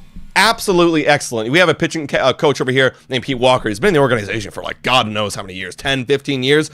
He brings over veteran guys like Kevin Gausman, Chris Bassett, Jose Barrios, and he maintains their level of production at the big league level, and then even unlocks things like with things with Bowden and Francis. So, Roki at the big league level, I think he's going to be just fine. You can make a great pitch to him. So, good. And keeps them healthy, which the Dodgers can't do. Yes, and that is, I mean, maybe there's definitely some recency bias in there, but I mean, look at what happened last year with all the injuries. And if I'm Ross Atkins and if I'm Mark Shapiro, like, that's something that I am bringing up, and I'm saying, hey man, like, one of the keys to be successful at this league is to pitch 150 innings year in and year out at minimum. We can promise you that we're going to do everything in our power to make it so that happens with you. Shout out to Brian Lydiard right here with a $699 dono saying, wish me luck. I auditioned to be in the Blue Jays commercials this morning, and I really want to get this one. I would play a fisherman, apparently. Cool. That's really cool, man. I guess I'd never thought of the Blue Jays having commercials where you audition for them, but I guess that would have to be the case. So.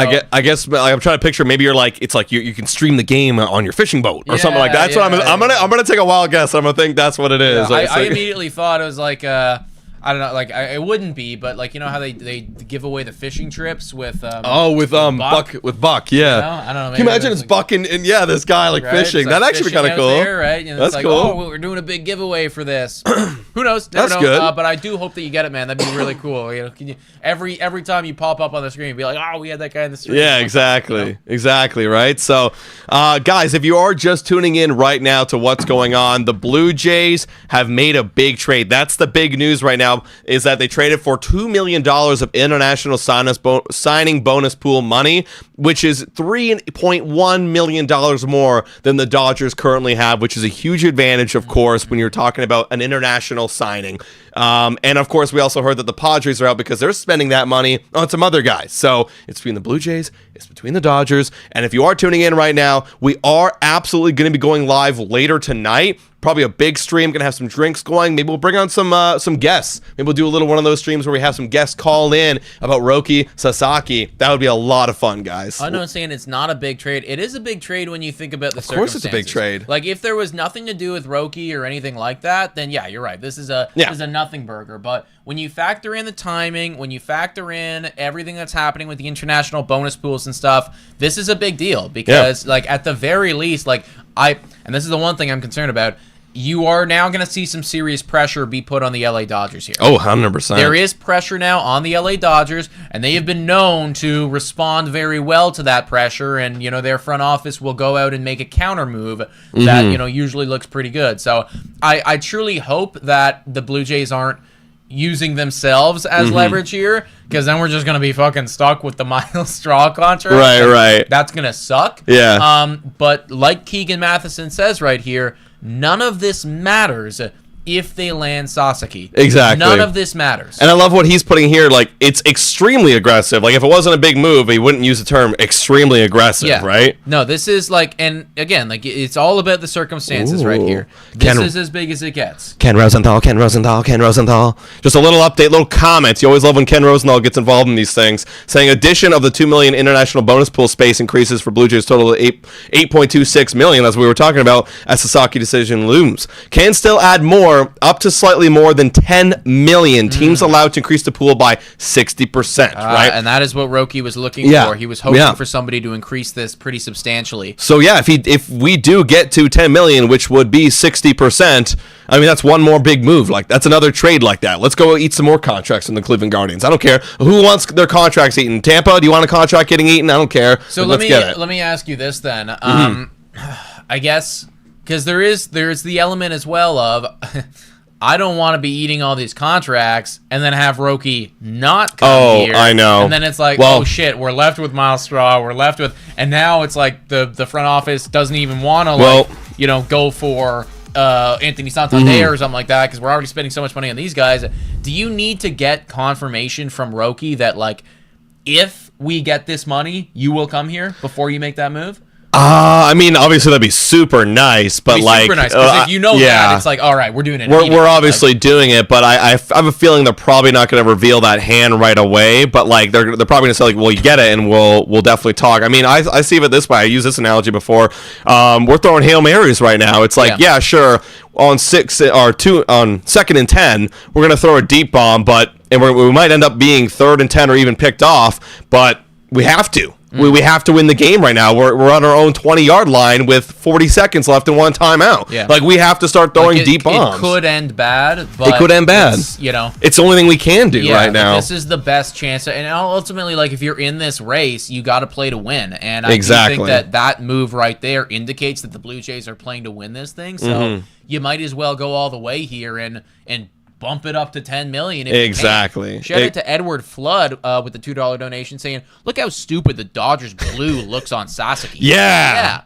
It's dumb. Looks way better. Yeah, dude. When I was making the thumbnail, also fun fact, I used AI to make the thumbnail because I couldn't find edits for. Really? Yeah, I know. Did you even notice? No, I didn't even notice. No, like, it's AI generated. So shout out to I guess it's Grok from X or whatever it is. So shout out. It really cool. Like, I was like, yeah, this works. So, but anyway, so I used that and I was like, yeah, like the blues the exact same. The blues exact same. Also, Peyton616 says Nicky ain't coming here if you keep mispronouncing his name. Sasaki.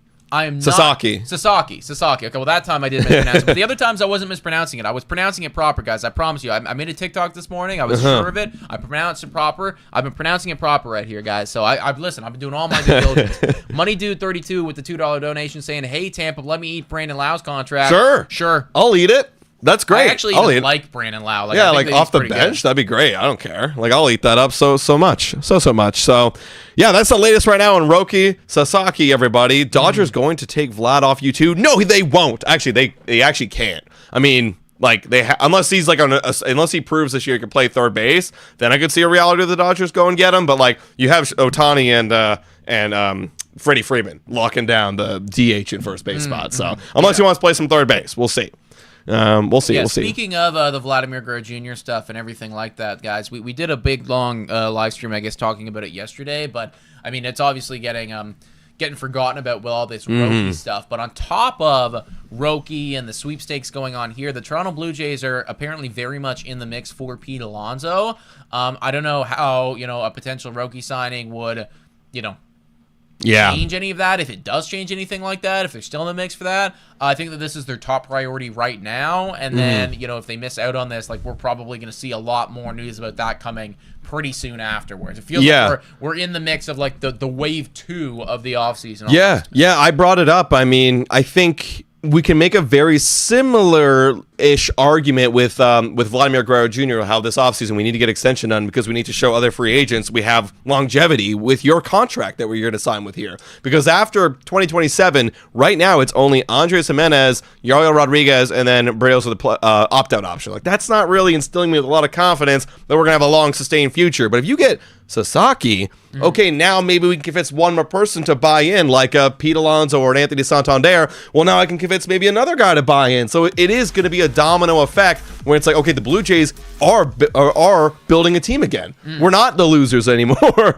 And actually, shout out to Robbie Hyde, who tweeted this, where if the Blue Jays get Sasaki and Alonso, this could be the biggest turnaround in MLB franchise history of any franchise ever. Like seriously. In an offseason. In an offseason. Like, to go from being so down, so horrendous, to then it's like, oh my God, we are, like, this is a massive win. Right. Shout out to Cerudals right here with honestly a great point as well. $5 donation coming in and saying either we get Roki Sasaki or we don't, and Ross gets fired. That's what it situation. That's what it is. Honestly, like, true. Let's paint the picture. Is there a reality where we still get Roki and Ross gets fired?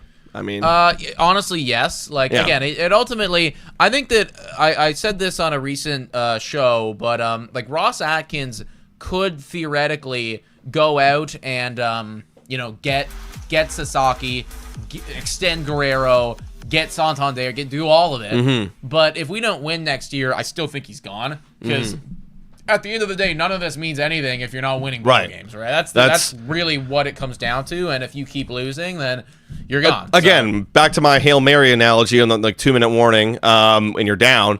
Okay, sure, you connect on a big 30-yard pass, but inevitably the clock runs out and you can't spike it and you lose. It's like, then you still get fired. You lost the game, right? So that's what this year is. Also, shout out to Fazard in saying, is it confirmed he's going to make a decision today? It is not confirmed today, but we're seeing aggressive moves that they're trying to get it done. They're trying to get it done. The Blue Jays are making very aggressive moves with that trade right there. Also, folks, we are not that far away at all from 28,000 subscribers. So if you guys haven't already done so, guys, please hit that subscribe button. I know that there's a lot of you out there that are not subscribed right now, and it really does help us out. Just a click of a button. If you ever want to unsubscribe, feel free to do so. But it does help the boys out because we do this full time for our jobs, and means quite a bit. It does. Bob Nightingale coming out here with I guess not really some news, something that we already knew, but kind of just highlighting everything.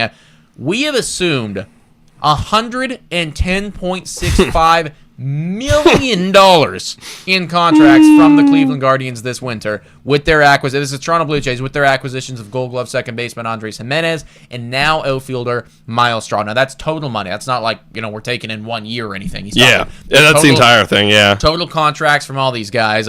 We've also gotten $2 million in international pool money from help to deal from deal to help pursuit of Roki Sasaki while engaged with free agents Alex Bregman and Pete Alonso. So I mean, like, For anybody out there that's thinking that we're not going all in for Roki, like, just look at this. Yeah. Because this is as all in as you can get, man. We're just taking all their money. We're just taking all their money. Do you think we got to if we make one more move and get that up to that 60% margin, which Roki wants, which is $10 million, do you think it's almost a slam dunk? Shout out and thank you to the person that just subscribed right there. W's in the chat for them.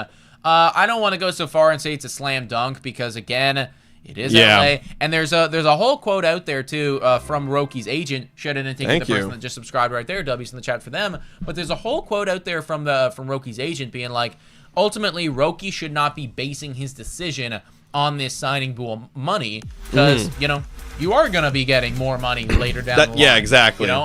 So it really does depend, I guess it matters what he values. And if he values this money right now, it's always better to get money in your pocket today than later because you never know what's going to happen.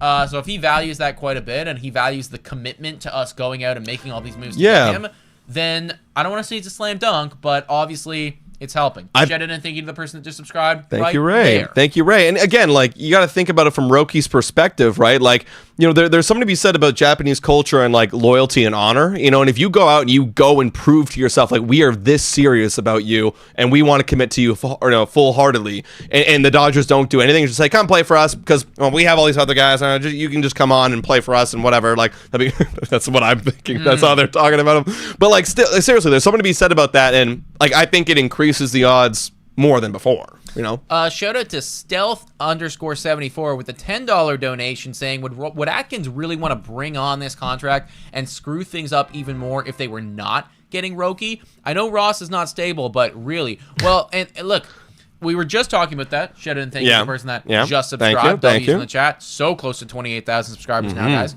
I don't know if he's got the benefit of having that insider info of like, we're gonna get him, right? Because that's the best case scenario. If you're on the phone with his agent, it's like, okay, if we get this money, you're gonna sign here, right? And he's like, yes, we will. I don't know if he knows that, but I do think that he's doing everything in his power to make it happen. And I think that you're now starting to see the element of the desperation. Right. We were told that the Blue Jays were desperate. That's what people were saying this offseason. It's like, oh, the Blue Jays are a really desperate team right now.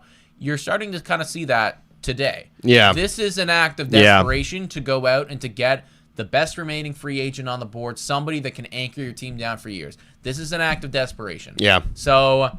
And again, like, this entire time we've been doing this offseason, like, we don't know what their plan was. They could have had an entire plan and we're like, you know what? We're not going to commit a lot of money to Soto because we know we need a little bit more than that, or we need to get some more depth in other areas, and we want to commit the money to Vladdy or whatever. We don't know what their full plan is. They could have been planning for this Roki Sasaki thing to be happening, right? Like, we already know that they had a guy in their organization watch Sasaki come up through the MPB for years and be close with them and build a relationship. So they might be planning this exact moment for years. Yep. So this might be the plan, and they're going out and they're trying to commit the plan. Could be an all-in thing right there. Should have been thinking the person that just subscribed there. W's in the chat. We also have a lot of donations. A lot of donos. You guys have been incredible today. We really appreciate all the support. Steve Penny with the $6.99 dono saying Sasaki,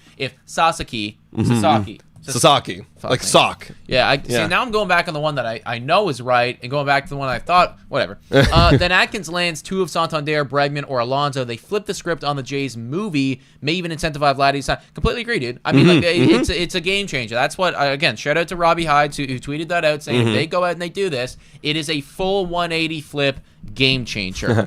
There's another one right here from Jason saying if Jays get Roki and sign Vladdy, does Bo stay as well? I really don't think it has much impact on Bo Bichette. I mean, maybe, let's say Roki signs, Vladdy signs, Pete Alonso signs, and then they go on a deep world, playoff run. Maybe that fulfills Bo Bichette's dreams of playing in a competitive atmosphere with Vladimir Guerrero Jr. But then again, are we going to have the money to sign Bo Bichette at this point? Because now you're planning for Roki and all this stuff. I don't know. I still think it barely moves the needle on Bo Bichette. What do you think? I agree. I'm not even on the Bo train right now, dude. Like, Bo. Like, I'm just praying to God that he's healthy and plays good baseball this year. Ben's pitching clips, $2 donation saying, guys, Mick is still saying Soto to the Red Sox. I should check in on Mick. Oh, Mick. Doing, it's like, no, it's all farce. Don't believe it. That guy was hilarious, dude. I mean, obviously, like, I kind of feel bad for him with all the hate that he took after that. But you did kind of bring it on yourself with the reports, so is what it is. Heidi's Homestead, $49 dono saying, why would Roki go to a team where they can't even win their division, let alone a champion like the Jays? I got to answer for that. Cool. I got to answer for that. For Roki, and again, it all depends on what he wants. We don't know what he wants, but a legitimate, thing of what he wants is to develop into a major league pitcher. Like, that could be his main focus, because you're not going to get the big payday right now. So, you want to go and play on a team that can give you the big payday, and then you can worry about winning a World Series later on. Like, you're there for 6 years. You might have a playoff run or two in that time frame with Toronto. Yeah, if you want to go win World Series, go sign with the Dodgers right now. What are you doing, right? But if you want to go develop as a pitcher, Toronto has an argument, right? I brought this up before, where Pete Walker develops major league ready arms and maintains them in a healthy way to compete at the major league level. Right. Dodgers have had some trouble with some injuries to their rotation. That Roki has also had injuries with the shoulder and his obliques. So there's arguments to be made on he wants to just develop and be the best pitcher he can be. Yep. Right? No, I think that there is something to be said for that. A lot of Bob Nightingale. I did see that there was another report from Bob Nightingale, something we kind of already knew, but it's good to get some reassurance. While we're evaluating this, guys, it is moderator time again, so let me know in the chat if you want to be a moderator, and Shed isn't thinking the person that just subscribed. So close to 28,000 subscribers, folks. Bob Nightingale saying, we're still in on Anthony Santander as well. Great. I'll take that, guys. I love that. I love hearing that we're in on Anthony Santander. We're in on Pete Alonso. We're in on Roki Sasaki. Yeah. You got to imagine, I know that it's been a hard last 2 off seasons, but you got to imagine we're going to get one. Would you bet that we're going to get one of the guys I just mentioned? I said it yesterday in the stream that we had last night, which, by the way, like we said, whenever we kill this stream, we're going to go live again later this evening, following along, which what I imagine to be more news. So mark that in your agendas, folks. But I said it yesterday. It's like, I kind of bet my life right now that in the next 7 days, one of those guys is going to be a Toronto Blue Jay. Well, maybe I won't bet my life. But, ultimately, we're just in on too many people right now to miss so bad. Right. To miss, how would you, it would take like a generational disaster to miss on all 4 of those guys. Oh, 100%. I know that Ross Atkins is capable, but come on. Eventually, you gotta get a win here. Who was it that said, like, someone's got to take the Blue Jays' money? Someone said a couple people have said that. Someone's got to do it, right? We are offering. It's not like our contracts are terrible. I don't think. Like, I think that we're right there in terms of monetary value. Right. Who's gonna take the fucking money? Someone's got to take the money. Someone's gonna take it. Right. Also, shout out to Fatty McBeans with a super chat dono saying, if you don't want your house to burn down, sign with Toronto. I mean, well, let's give it but first, let's recognize that it's a terrible incident going over there in California. Like, my goodness, that is absolutely brutal. But thank you for the dono, Fatty McBeans. Like, that's also brutal right now. Like, I was thinking about that too, like, because he was flying over to Southern California, and I was wondering, like, what it looks like down there, what the precautions are, like flights and all that. Like, I'm wondering what. I hadn't actually thought. I'm wondering what that's all. I mean, I wonder if that actually is factoring in a little bit in the decision. I thought that, and then I thought maybe not, but like. Also, it's kind of scary going down there, and like I was thinking about flights too, like the smoke, everything like that. Like, that's wild. It's like a fucking apocalyptic. You literally, right? There, like, so, yeah, honestly, like, hearts go out to everybody that's being affected by that. That's crazy work that's happening down there, man. Yeah. Like, just like everybody that's I saw that Ohtani actually, I think he donated $500,000. Yeah, that's awesome, dude. So shout out to him for doing that. You know what's crazy? And I mean, every donation is appreciated. But I think it was 12 major sports teams in LA donated a total of $8 million. And then Ohtani donates $250,000. So like, he donated more than the average LA sports team did, which is kind of wild. I mean, he makes it because he donated $500,000. $500,000, and 12 of all the major sports teams collectively donated 8. All 12 collectively donated $8 million. That math work out? So I think that's like it's less than 500,000 because like what's is that 16? No, it's about the same, but still, Ohtani's like his own team. Yeah, he's his own team. Like the Lakers. Literally, right? Jim Bowden just came out with a recent report. Let's pull him up on Twitter right now. He's saying, it's certainly fun to see the Blue Jays not only right in the mix for Roki Sasaki, Anthony Santander, and Pete Alonso, but this time with What? This time, what? But this time with a solid pathway to landing 2 of 3. Now we just wait to see if they can get across the finish line with a couple of them. Okay, what's the solid pathway? I'm wondering what that is. Jim. No, but like, what's the solid pathway? I get. Okay, I think here's the solid pathway. The pathway is that one of the 2 guys is Roki. Right. Then you still have the money because it's only Roki. To go out and get Anthony or Pete. That's the pathway. Okay, yeah. I guess Roki would be the unlocking of one of them. That's what I think. If you get Roki, you're getting one of those guys because one of those guys goes, okay, at least I'm playing with you, for the next little bit. I think, I really think that Roki is kind of the key here because not only is he an incredible player in his own right, but it's like that for me. It helps with the Guerrero extension. It should help with a Santander and Alonso signing as well. And it doesn't, it really doesn't take any money away. I mean, I guess Miles Straw is taking money away, but like it's not that much, Yeah. No, I mean, like this is. Oh, damn. Yo, could we be popping both these bottles? Oh, my God. Could you imagine we sign Roki, we're, like, drinking the bottle, we're like, yeah, haha, and then, like, right after, boom. Okay, that bottle, where is it? This one's also Pete Alonso bottle. Like, replace Teoscar with Pete Alonso. Dude. Can you imagine, boom, and it's like, oh, now we're drinking too. Oh, my God, dude. That's too much for me. No, I know. Too much for me, man. I know. Too much for me. Taking a look right now at some things. Yeah, like the Blue Jays are absolutely cooking right now. We are cooking, everybody. Stay with us. We're going to be live for a while, just following along with the Toronto Blue Jays latest. If you guys have any questions, by the way, we have a whole mailbag down in the description, guys. So you can, do you mind filling this up? Yeah, I'm going to go fill out some water and open up the mailbag. We have a whole mailbag down there, so please submit your questions, everybody. We will be answering some of those shortly as we're waiting for some more news to break right now from some of these reporters. Oh, we just are we still on? Yeah, we are still on. We freeze? Oh, it's whenever we step over here, it like freezes. Yeah. Could yeah. Be. Oh no, we're good. We're good now. We're getting my computer just froze on my end. My bad. I don't know. My computer's been doing that for whatever reason. So interesting enough. But yeah, we're gonna be live for a while. Ask your questions in that mailbag down below, everybody. While we wait, yeah, boys, hydrate before opening those champagne bottles. That's right. We got a plan for success right here. Shout out and thank you to Umar right there for subscribing to the channel. W's in the chat for Umar. Oh wow, Michael saying order sushi for the vibes. Not a bad idea there. Not a bad idea at all. If he signs, we're ordering sushi and popping champagne bottles. That's where we're at, everybody. Going on Twitter right now to see what else we got. Wow, 2 out of the 3. Sasaki and Pete Alonso.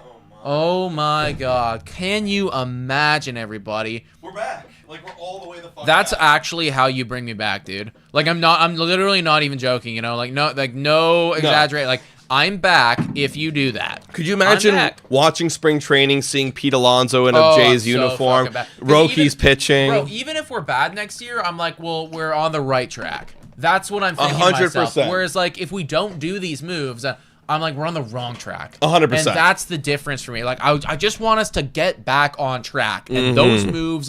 they would get us back on track. They would absolutely. Because like you gotta imagine that those moves. Hopefully, honestly, the big key still is here. Vladimir Guerrero Jr. Yeah. If you get a Vladdy extension, you get Sasaki, you get one of Alonso and Santander.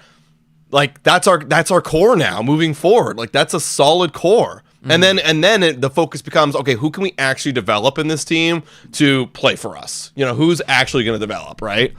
Yeah, guys, in the description down below is our mailbag. Let us know what questions you have right down there. You click on there, it brings you to a Google form. If you fill out the Google form, put your name in there, whichever one you want to be displayed on the screen. Then we'll go and we'll put it up here and we'll answer your question right now. We'll answer your questions. So let's get some questions in there while we wait for some more updates right now.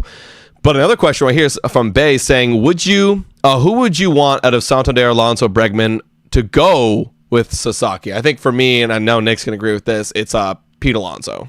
Pete Alonso is the guy who hits the most home runs, and that's what we've been missing, and a guy who's the most clutch with a 911 OPS with runners in scoring position. So there you go. That's what I go with.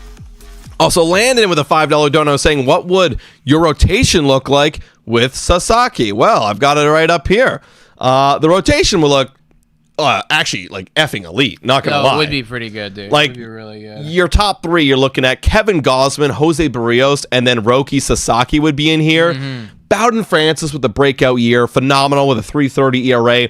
Chris Bassett would be your number 5. He had a down year, but the fact that Chris Bassett is your number 5, and, like, offering honestly, some different looks. Like, okay, what? Like, even if he's bad, well, maybe we could try out Yara Rodriguez again. Yeah, maybe we could try. Maybe Alec Manoah is feeling good enough at that point. Maybe Jake Bloss comes up at some point. Like, you know, we don't need to have 5 locked in elites. Right. You know, but this would give you that opportunity. Whereas right now, like, basically regardless of how he's playing, Bassett's in that rotation. Yeah. He's in the rotation. Yeah, dude, and the fact is, like, Bassett, you know, when we first signed him was our number 3. Now he's our number 5? Like, that's great. That's improvement. Right now, obviously, got to see, like, what all happens right here, but that's phenomenal, right? Also, I have seen a lot of people say this before. It says that you need permission to access the mailbag. Is that true? Is that true? Yeah, because a lot of people were saying that yesterday in the stream as well. Well, I didn't take note of it. I did. Maybe it changed on me or something. Let me just go take a look. Let me go take it because I did. Some people have been submitting questions, so I don't know. Maybe it's for some of you guys. I'm not sure there, guys. Yeah, that's a weird one. Also, everyone's saying Enrique Rojas right now. Let me go check this out. Let me check the mailbag behind the scenes, y'all. Oh, he's not really giving us much of anything. He's just like,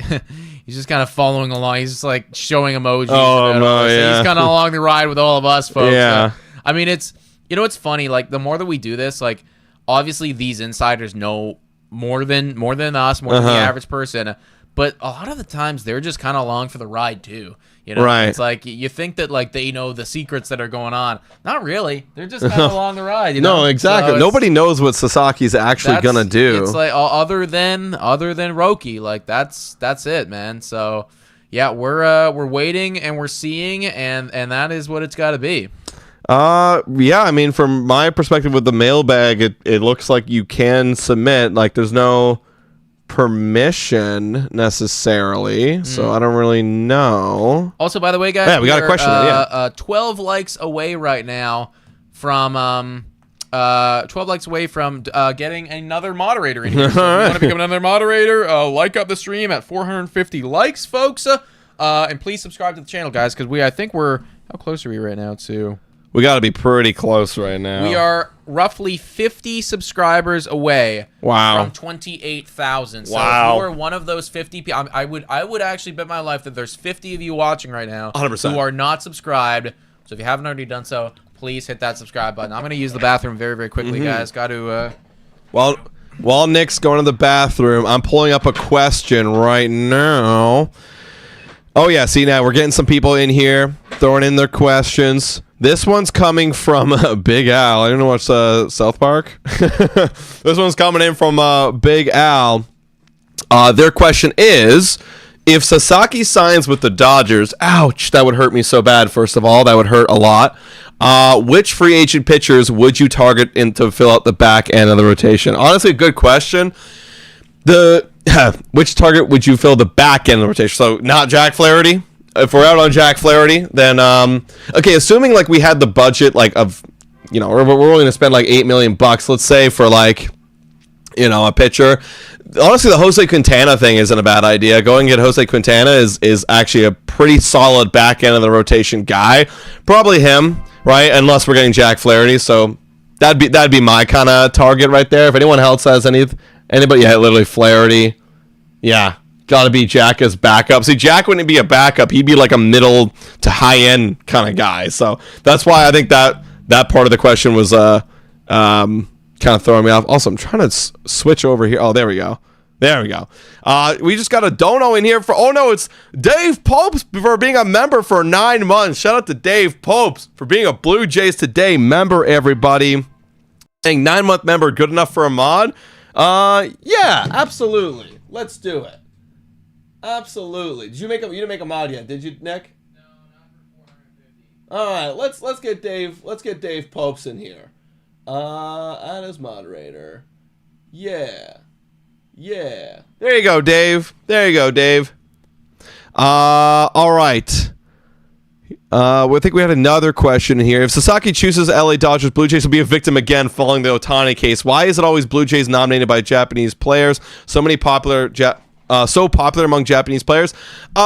It is a good question, right? Like, I think the same kind of argument we made with Ohtani last year is we're the only non-American team, right? And I know that narrative gets really tired and drawn out, and I get it.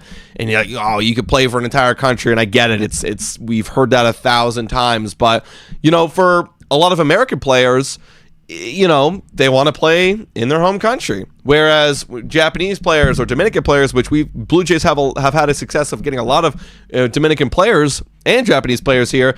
It just there's none of that like desire to play for your home country. It's I could play anywhere. What's the matter to me, right? So I completely hear that. Like that would be an argument right there.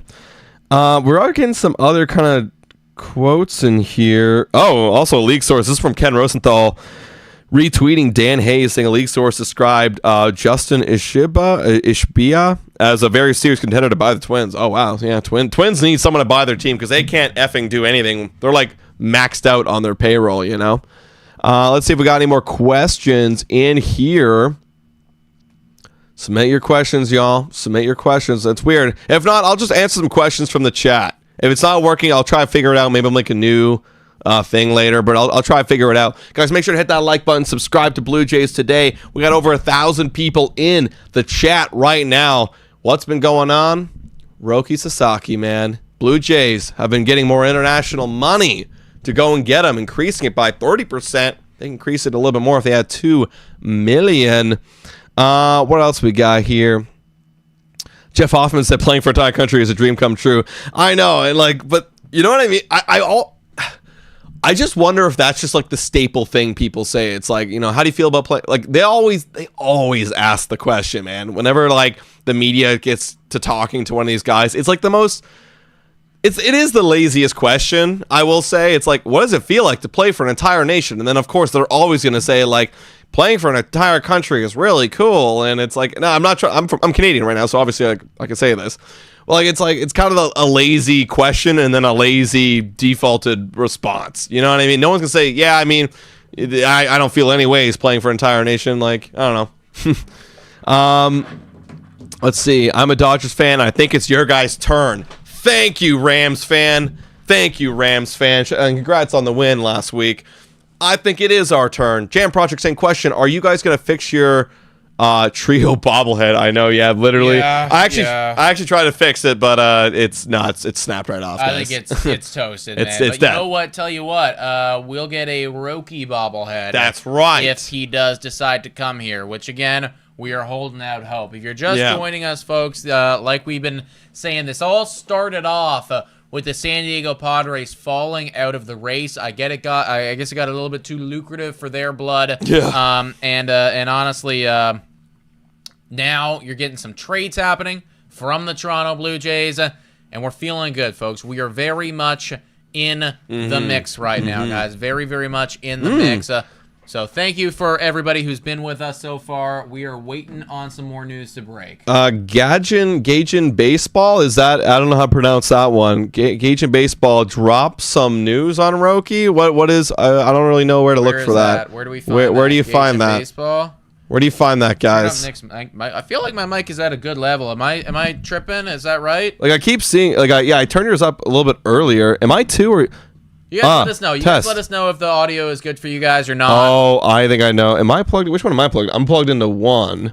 Or is this 2? Yeah, I'm plugged into 2 right now. Okay, that's what it was. We have a little thing right here. We have different audio levels. I'm just kind of testing right now. Did we plug it into the wrong ones? They're in the wrong ones. Yeah, they're in the wrong ones. There we go. That'll do it. That'll do it. Okay, so I don't really see it. Can someone send us a link of what people are talking about right now?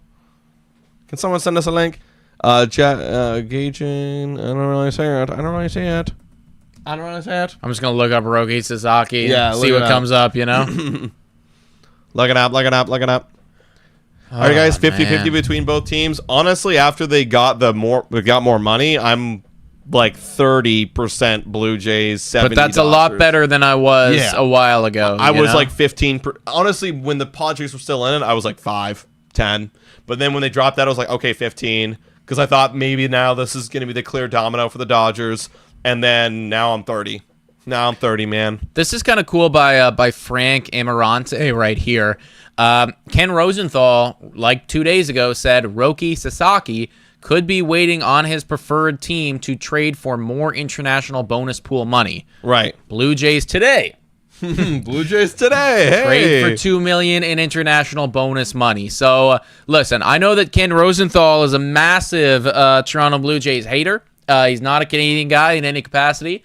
But Toronto Blue Jays coming out here and doing exactly what he said they should do to get this thing done. So, I mean, not bad. Right. I've got it right here up so y'all can see it. Yeah. Blue Jays today. Literally. Yeah. Blue Jays today. They trade for $2 million, so maybe he was waiting. Look, I thought this, too.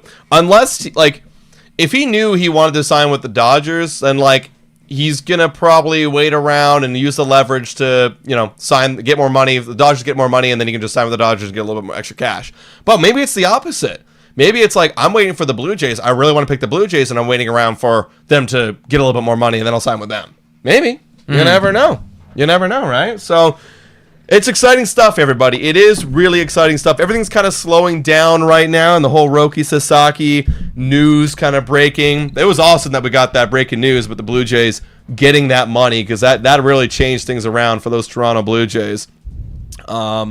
Yeah, increasing it to 30%. What do you have, 35%, Nick? Yeah, that's kind of where I'm at right now, man. I mean, the great news about this, too, and I said this a little while ago, is like the great news about this is the fact that we do have a deadline. Like, we know for certain that at least by January 23rd, he is going to be with a baseball team, whether it be the Toronto Blue Jays or whether it be the LA Dodgers. That's that. So, I mean, like, there's actually not that much time left for him to figure this out. Right, less than a week. Less than a week, right? What's your favorite sushi roll? California sushi roll. I don't know, am I putting bad omens in the air by saying California? Don't want to manifest anything right here. Dylan FN says Maestro is not very good. All this coach cares about is damn fielding. We need to score more than 2 runs. Dylan, or whatever your name is, it's not about Miles Straw. Getting Miles Straw doesn't matter. Okay, yes, I will agree. I think Ross Atkins saw this and went, yeah, I love good defense. Let's go. Let's get it. And it's not the coach also. It's the general manager that's making these deals, not John Schneider. If John Schneider had it his way, he'd get more power. He literally said that. But it's about the international signing bonus pool money. That's what it's all about. No one's talking about Miles. Like, literally, Miles Straw is getting overshadowed by $2 million. Like, it's not, wow, Miles Straw. It's literally the $2 million and what it means to getting Roki Sasaki, right? Phil says, I have that exact bobblehead I could trade. What do you want, our version for your version? you want to trade a broken, maybe it's a memorabilia piece, I don't know, like Blue Jays Today, like we got proof that this is the one from the Blue Jays Today streams. Been here for quite some time. So if you want that, there's a big thing, Yep, literally, right? What else right now? Also, yeah, thank you for the dono there, Phil. What else? Rosenthal said he has San Diego 1, Blue Jays 2, and Dodgers 3 in his predictions earlier this week. Well, if that's the case, then we're number 1. Yeah, and Rosenthal is like dumb as nails right now, dude. Like, I don't like. Again, Rosenthal is just so biased with what he does. Okay, that was rude of me to say. I shouldn't say he's dumb as nails. He's not. He gets a lot of things right. It does piss me off when like there is a clear bias towards Canada, towards Toronto, and I mean, like, I will be the first one to say that to his face with my full chest. 100%. And he could push back on it as much as he likes, but it is abundantly clear. It's abundantly clear.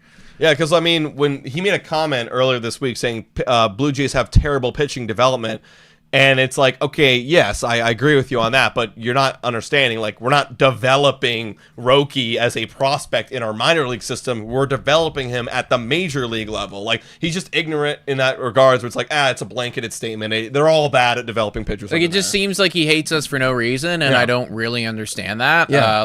I honestly, somebody with a platform that he goes on regularly has got to ask him, like, what do you have against Toronto? Right. What do you have anything against Canada? Because it feels like it is. is, right? Seriously, like for real. Also, we are 45 subscribers away, guys, from getting up to that magical 28,000 subscriber mark. So if you haven't already done so, please subscribe to the channel, guys. I think we can get there by the end of today, and that would feel really, really good for the boys. Sean said no. Rosenthal is honest, not biased. I tend to disagree. Like, coming from an LA fan, maybe, you know? Yeah, like literally, again, like what he said wasn't not true. You know, it's just you use that as a statement to why Roki won't come. He didn't even have another thought to give for Blue Jays. Well, maybe he'll develop at the major league level. You know what I'm saying? Like, anyways, what else do we got here? Everything's kind of slowing down. Oh, this is kind of interesting right here. So look up Fuzzy. Love Fuzzy. Yeah, Fuzzy. Again, like a big time YouTuber. I'm sure you guys have either watched his content before or are aware of him. Shout out and thank you to the person that just subscribed, by the way, everybody. Like I said, only 45 subscribers away from getting to 28,000. Massive shout out to whoever the 28,000 subscriber is. So Fuzzy just tweeted this out. In 2015, the Dodgers gave the Blue Jays international bonus pool money in exchange for Chase DeYoung and Tim LaCastro. Okay. The Jays immediately used that money to sign 16-year-old Vladimir Guerrero Jr. Look at we have done this before. Granted, that was Double-A. That was Double-A. Different guy. But you know, I'm sure there's some people in the organization that remember this and that know this move and that have seen this move before, and it checks out, right? You know, you go out, you get the money. You're not just gonna save the money, right? You're gonna spend the money, right? There's one clear guy that we need to spend the money on. Yeah. I can't agree more, man. We gotta get it. Right? We gotta get it, guys. If we don't get it, I'm gonna be devastated because I'm starting to feel myself get up a little bit. I know. I'm genuinely like high right now, and it's gonna hurt me dramatically if we fall off the cliff. I can't do another Shohei Ohtani stream, man. That was just so.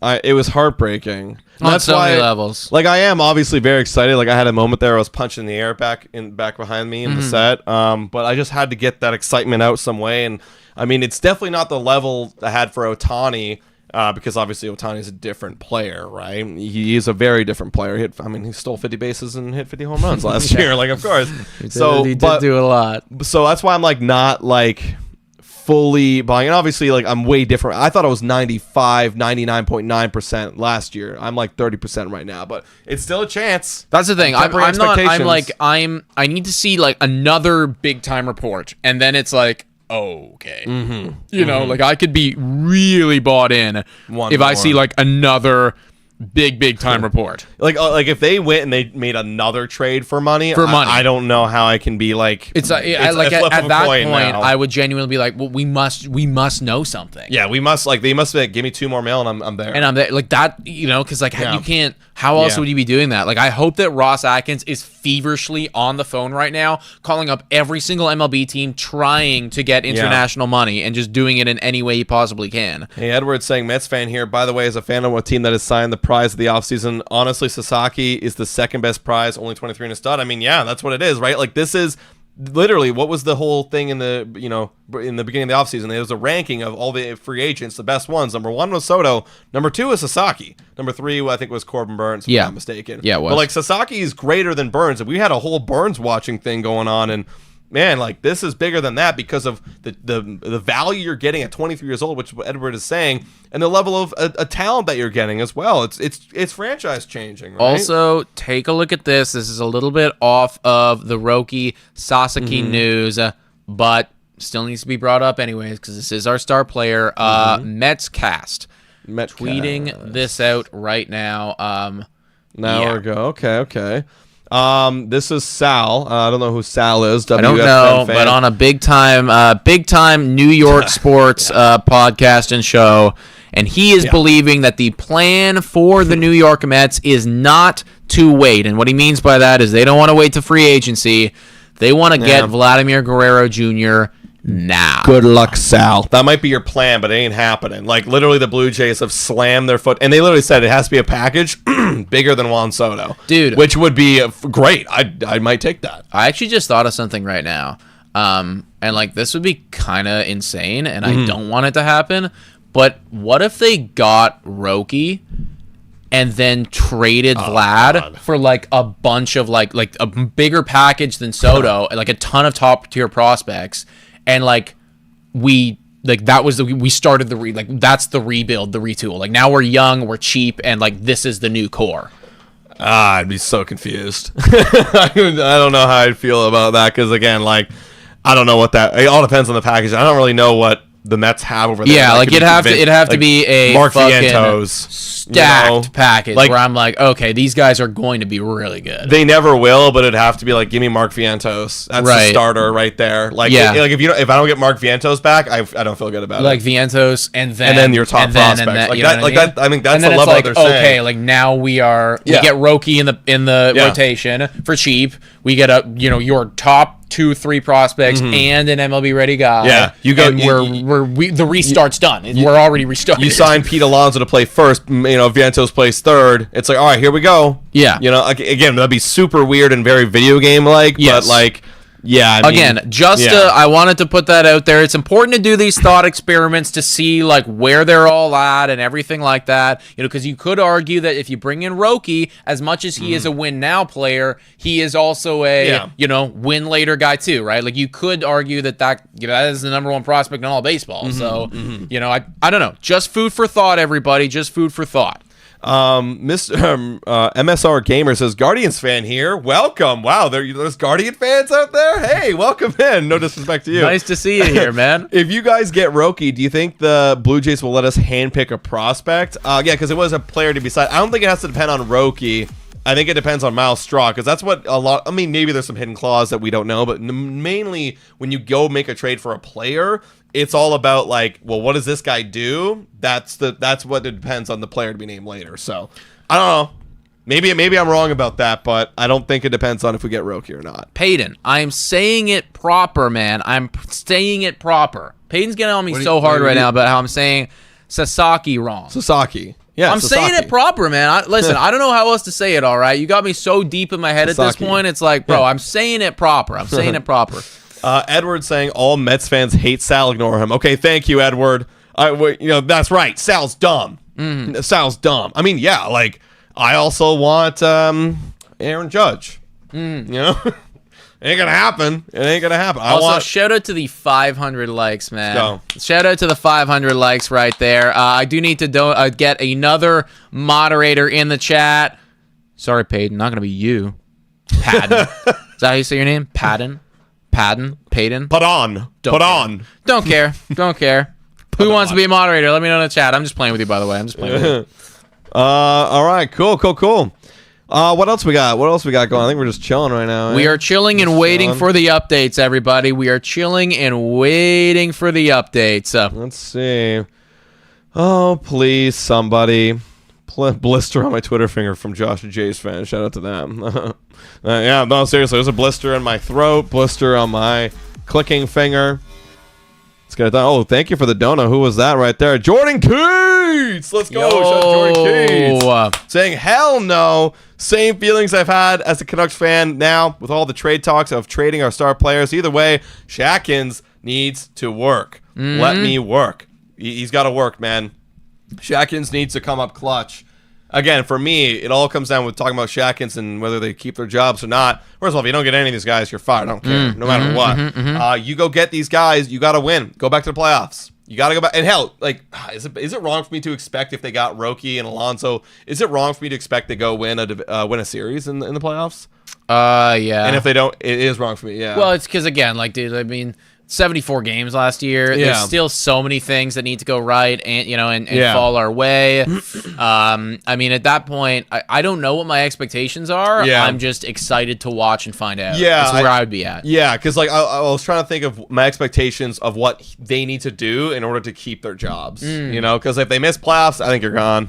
Right? I think yeah, for sure. No, for them to not get fired, like we need to win a playoff series. Yeah. We got to get competitive again and be really good, really good. Yeah. Also, not taking bribes, but that was a pretty well-timed donation by somebody who's been an OG for a while. Yeah. So shout out to Jordan Keats for becoming another moderator. Let's go, guys. Yeah, I mean, if we get those guys, I kind of feel like all the expectations that has been built up for the last 3 years, like from 2021, 2022, 2023, and they all got crushed in 2024. All those expectations of what the Jays could be, World Series competitors and all that kind of stuff, I think that all goes away, and I'm kind of back like I was in 2021, where I'm hopeful to just watch some good, exciting baseball again, right? Like, that's kind of where I'm at. Mm-hmm. I'm excited to be there if they sign these guys. It all depends on that. If they don't, I hate this team. I actually hate it. I hate it so much. Eric says, Mets were 74 wins in 2023. It happens. That's true. I mean, forget about the time that Mets went out and like bought all the players. They were good, and then they lost, and then they went on the big run last year, right? Yeah, went on a massive run. So it could happen. It could happen. People are saying Bob. No, Raptor's saying Bob. Doug with the dono saying go Jays go. Gotta love that. Gotta love that. All right, let's look up Bob Nightingale here on my phone. Let me just check this out right here. Go away. Bob. Thank you, Doug. Bob, what's Bob saying? Nothing. Bob didn't say anything. What else, bro? What else are we going to talk about right now?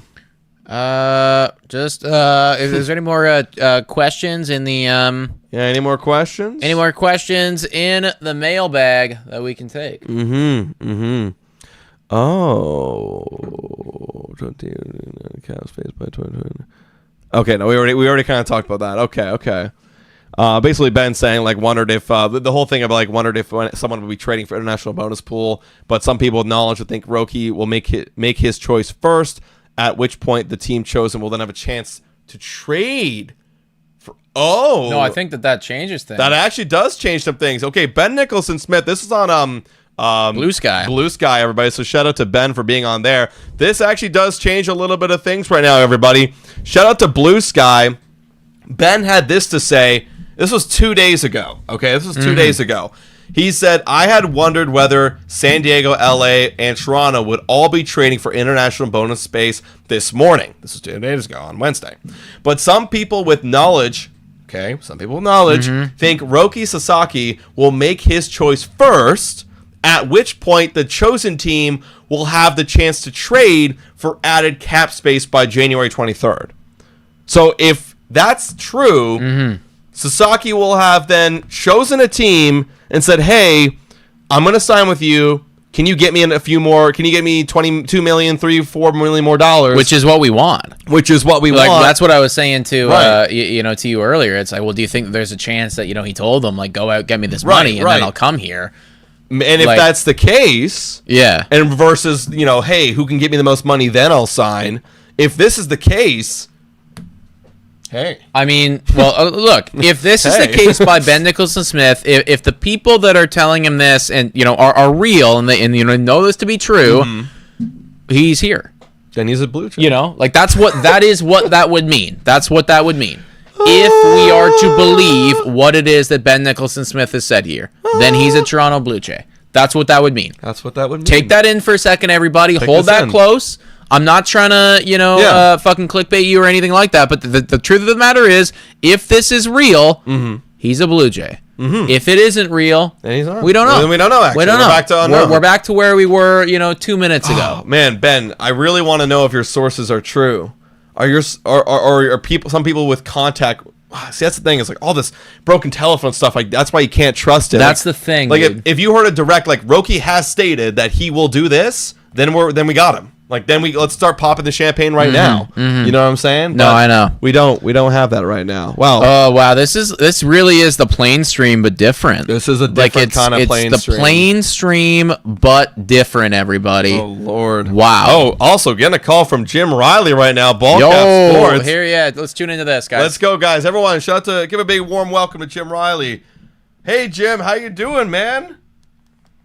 What's going on, guys? Okay, let's see. Say something right here. I just want to make sure your audio's good. I'm here. Jim's here. If the audio works, I'll hang out for a little bit. Oh, no. Let's hang out, man. Let's hang out. Dude, yeah. So, Jim, tell me your thoughts about everything going down with Roki Sasaki. Let's hear it. Well, I'll preface everything with this.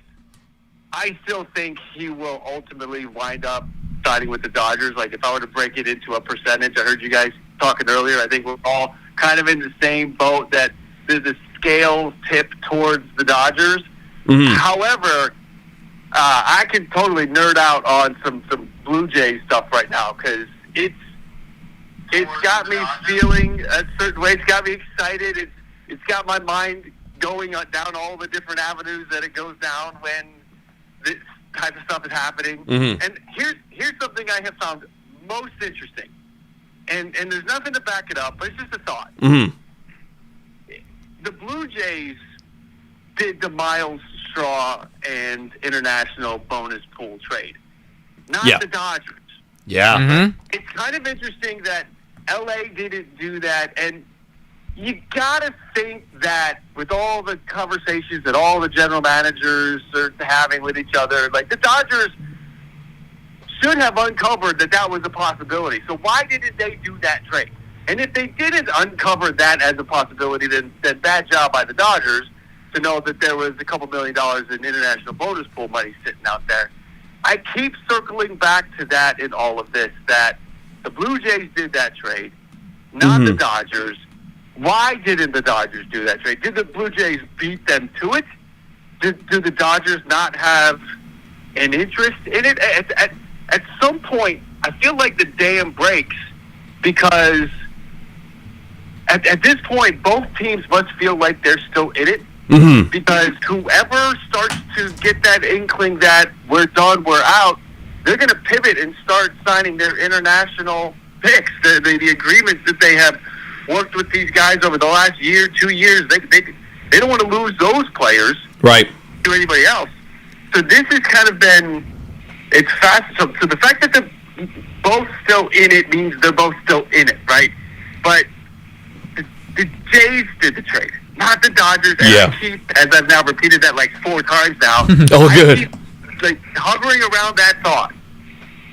Well, I think it's thank you for all that, Jim. I agree with everything that you just said there, dude. But when you really think about who Ross Atkins is as a manager, and the Toronto Blue Jays front office in general, yes, they have been known to go out and to spend money and to do all that. But in the last 2 years, I think that there's been a sentiment among Toronto Blue Jays fans that they have been pretty stingy. Like we're kind of lowballing Vladdy right now, our franchise guy. We've been in the mix for, various other free agents, but we're not really going above and beyond on any of them.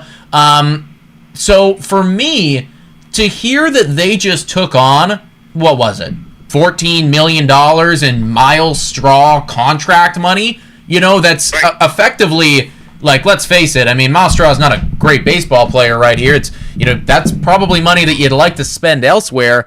The fact that they just took all of that on pretty much just to get $2 million, in international signing bonus dollars, that is very indicative to me that at the very least, I'm not saying that they're going to get it done, but they believe that they are seriously in this race right now. They believe that they've had great conversations with them, or there's no way that they would have gone out and made a trade like that to take on all of that money, all that cap space, all that shit, if they didn't truly buy into the fact that, no, this was a legit possibility right now. 100%, right? But Miles Straw, there's no reason for him to be on this team. No.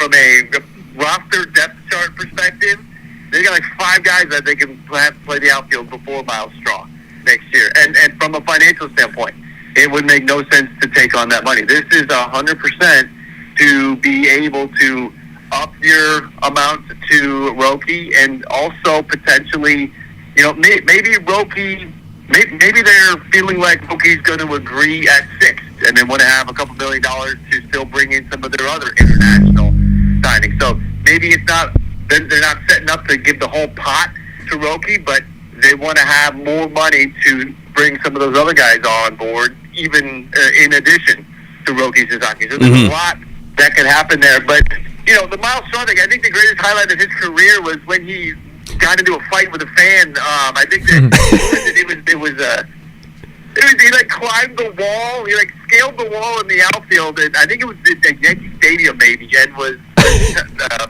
giving the business to one of the fans or something. Was this when he was on Houston or? What's that? I can't remember because I'm trying to think why he'd want to fight a Yankee fan.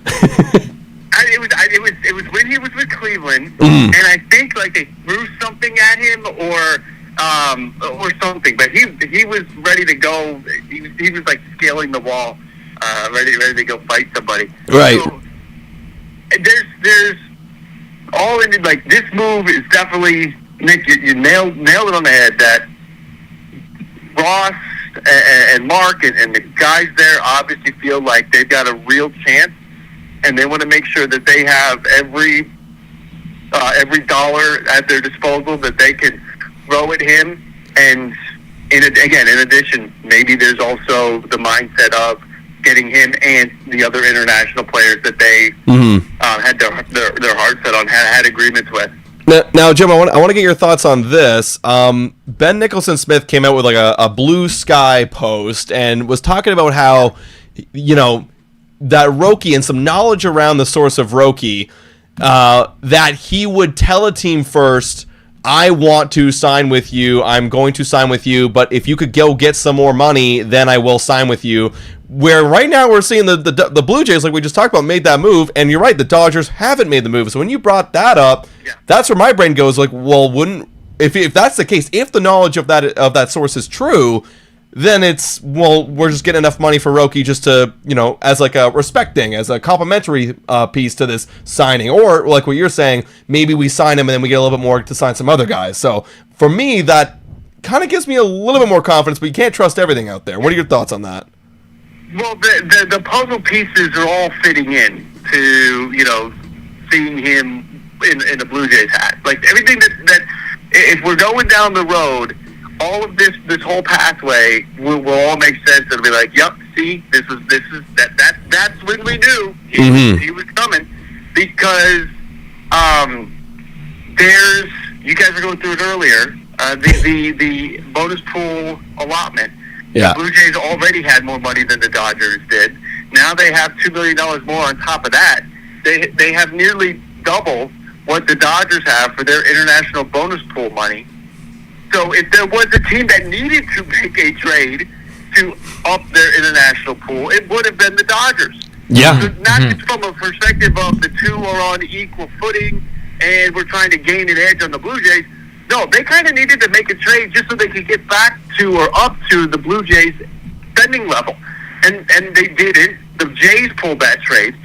Now, here's what I wonder. I wonder, getting back to that whole Dodgers didn't, Blue Jays did make the trade thought, I wonder if this went one of two ways. The Dodgers knew about it and decided not to go down that road because things aren't looking too good.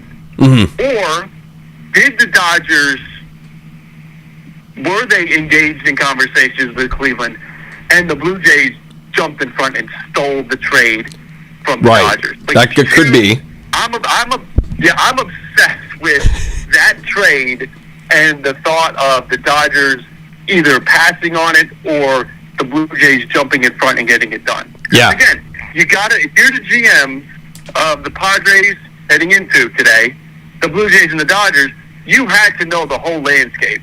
Players you could trade for, take on their salary, and get international bonus money in exchange. You had to know. So the Dodgers had to know that Miles Straw trade was out there. Now, I want to ask your opinion on this too, Jim, because a lot of people have been asking us, like, why would Roki pick the Jays over the Dodgers? I mean, they're the World Series favorites. They've got Ohtani. They've got Yamamoto. It's a big Japanese culture over there. Like, why the Jays in your mind? And also, too, I guess, I'll put it this way. Yeah, we're seeing the bonus pool stuff come in. Is there any other reasons other than the potentially $3 million extra dollars we can give him right now that he would want to come here in your view? Well, think about this. Obviously the chances to be competing in a World Series are there with the Dodgers more than they are there with the Blue Jays, right? You'll have sponsorship opportunities, you'll have money opportunities, you'll have all those opportunities with LA. But one thing Toronto might be able to promise, Roki, the Dodgers can't, is guaranteed day one, you're in the rotation playing time. Where maybe the Dodgers can't do that and aren't doing that. And the Blue Jays are saying, no, you'll be in our rotation on opening day. In fact, buddy, you want to start? You want to be your opening day starter? Let's ride. I think the Blue Jays, because of the rotation situations, look at it. We think about the Dodgers and how deep the rotation is as something that would be an advantage. That they have all of this rotation. They're so good. If you go on FanGraphs right now, I think FanGraphs has like a 7-man rotation listed there. Yeah. And the Dodgers may say, yes, we envision you in our rotation at some point in 2025. Blue Jays might be saying, you'll be in that rotation day one. The Dodgers can't offer you that. We can. The Dodgers, remember this, service time manipulation applies.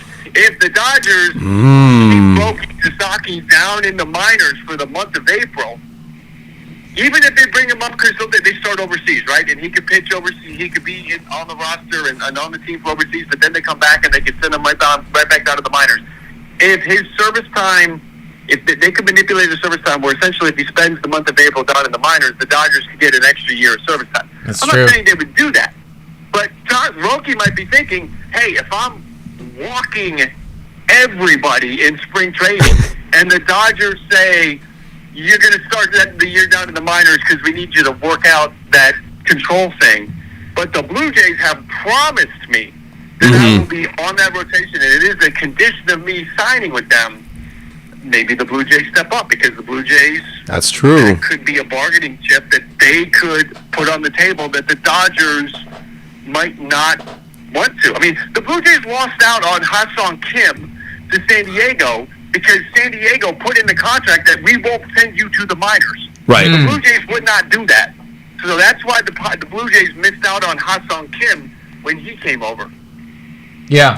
I think, honestly, you make a lot of good points today. I hadn't even really factored in the whole service time argument of things, but I was talking about it earlier today, and I was just saying, I mean, I think from I put it this way, right? You're taking a class somewhere, right? Whether, whatever type of class you're taking, you always want, ideally, to have a one-on-one type of instructor relationship rather than, if I'm going to pay for a class to learn something, if I'm in a group of 20 people and, like the instructor is split between 20 different people, I'm not going to get as much out of it as if it was a one-on-one relationship. This is a private coaching session. Let's have you. And the reason that I bring that up and I use that whole analogy is because I feel like over there on LA, I mean, a strong argument can be made for them as to why he might want to go there, that there's so many good players and there's so many, great stars that he's surrounded by. But I think that you can also flip that on its head a little bit and be like, well, they're also really going to be prioritizing all of the coaches, all the training staff, everybody, Shohei Ohtani, Yoshinobu Yamamoto, Freddie Freeman, Mookie Betts. Like, there's so many other guys over there that require their attention all the time and that, will be of a higher priority to them than Roki Sasaki. He's getting paid not that much. Whereas for the Toronto Blue Jays, if you bring him over here, I mean, it feels like, it's him and it's Vladdy. And those are the guys that we're looking at to build our team around. And it's like those are the guys that we're investing all of our attention in, all of our time in. I'm not saying that the LA Dodgers wouldn't give him, what he needs and what he deserves. I mean, they've done it very well with a lot of other guys. But I think there's something to be said there for we are, like, if you come over here, you're our guy. And if you go over there, yeah, you're still going to be their guy. But there's a lot of other guys there, too, that are going to require our attention and, I guess a priority over you. Whereas here, you're number one. Yeah, it's crowded over there. And because of that, the Dodgers may not have a spot for you in that rotation. If they're bringing Clayton Kershaw back as well, on top of a Gonsolin return and the signing of Snell and everybody else they already have, and versus the Toronto Blue Jays, you're going to be in our rotation day one. You're going to be working with Pete Walker. You're going to be working with our major league coaches and our trainers, and you're going to be at the major league level with all of that. Where are you going to be with the Dodgers? You're going to be down at their AAA club? Are they going to maybe have you down at their spring training facility for extended spring training? We'll have you here. We'll start your service time on opening day. We're not going to start your service time on May 1st, which gives the team an extra year. Yeah. Mm-hmm. Yeah. No, I can't agree more. So where are you kind of at in your percentages right now, Jim? Are you thinking favorites Jays, or are we still leaning the Dodgers way? We want to get hurt again. We want to get our expectations up. I'm still leaning the Dodgers, but like the percentages jumped. This morning, before the trade, before I went down all these rabbit holes with my thought process and everything, I was at 10% for the Toronto Blue Jays. Same. But with everything that's happened, I think I've shot up to like 40%. Yeah. Like I think I'm 60% Dodgers, 40% Blue Jays, and a lot of that is recent memory, last year, right? And it's the Dodgers. The Dodgers seem to win in free agent bidding against everybody. If they get involved, they usually win. So that's I think I'm going to continue to lean Dodgers all the way up to the Jeff Passan tweet or whoever puts it out there that the deal is done, and if it's the Blue Jays, then I'll believe it. But until then, I think I'll lean Dodgers. But I've gone from 5% yesterday to 10% this morning to 40% right now.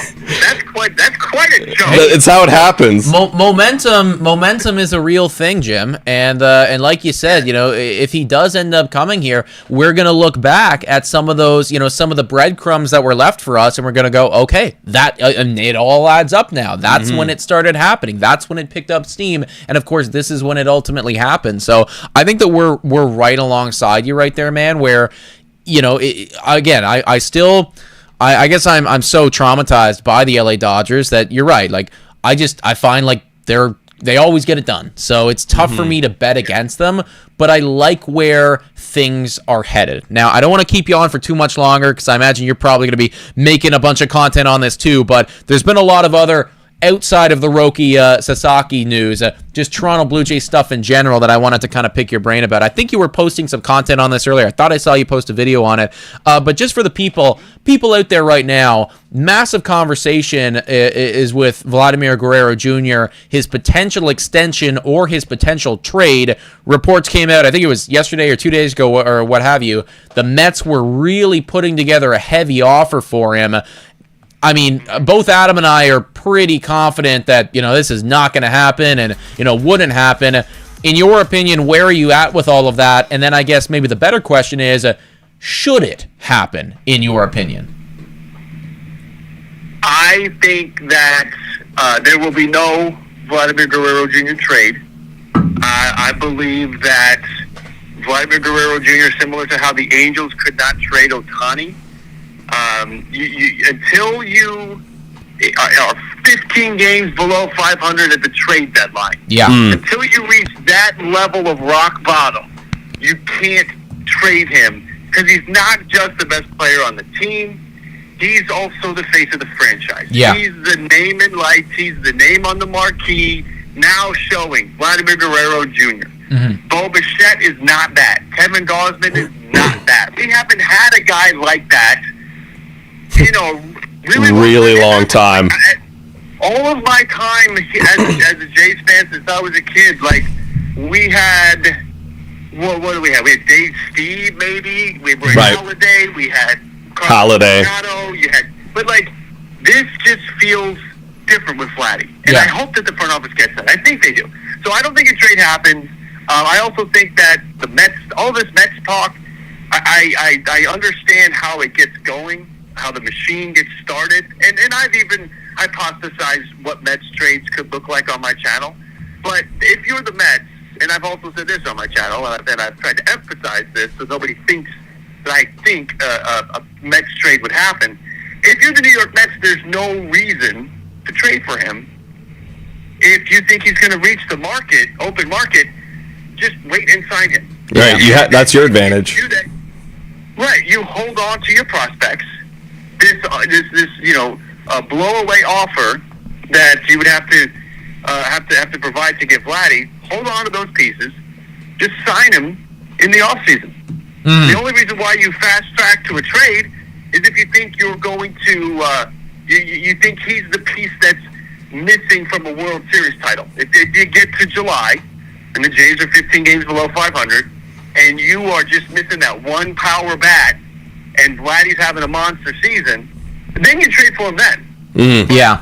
Right now, I don't see a world where the Mets step up for Vladdy, and when you think about other teams that could be aggressive enough to do it, the Padres aren't doing it right now. They have a money situation.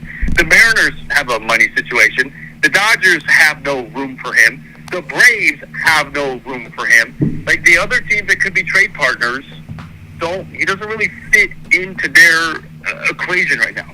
Yeah, and honestly, dude, I think another important thing to note, I agree with all of that, is, and Adam and I have talked about this extensively, already the Toronto Blue Jays front office, they're on the hot seat. And I would argue that by trading away Vladimir Guerrero Jr., even if in a vacuum, you got great value. Like, even if you got some incredible prospects back and across the board, it looks kind of like a win of a trade, it still would feel a bit like career suicide from those guys to do it at this point. Whereas I agree with you. If you are 10, 15 games below 500 at the deadline, we might be asking for that. Yeah, to happen, like, it's all shot. You've exhausted the extension conversations and you can't get that done. At that point right then, I'll be the first to say, all right, trade him, and then let's try to extend him in the offseason or re-sign him in the offseason, and we'll see what happens. But to do it right now, it's just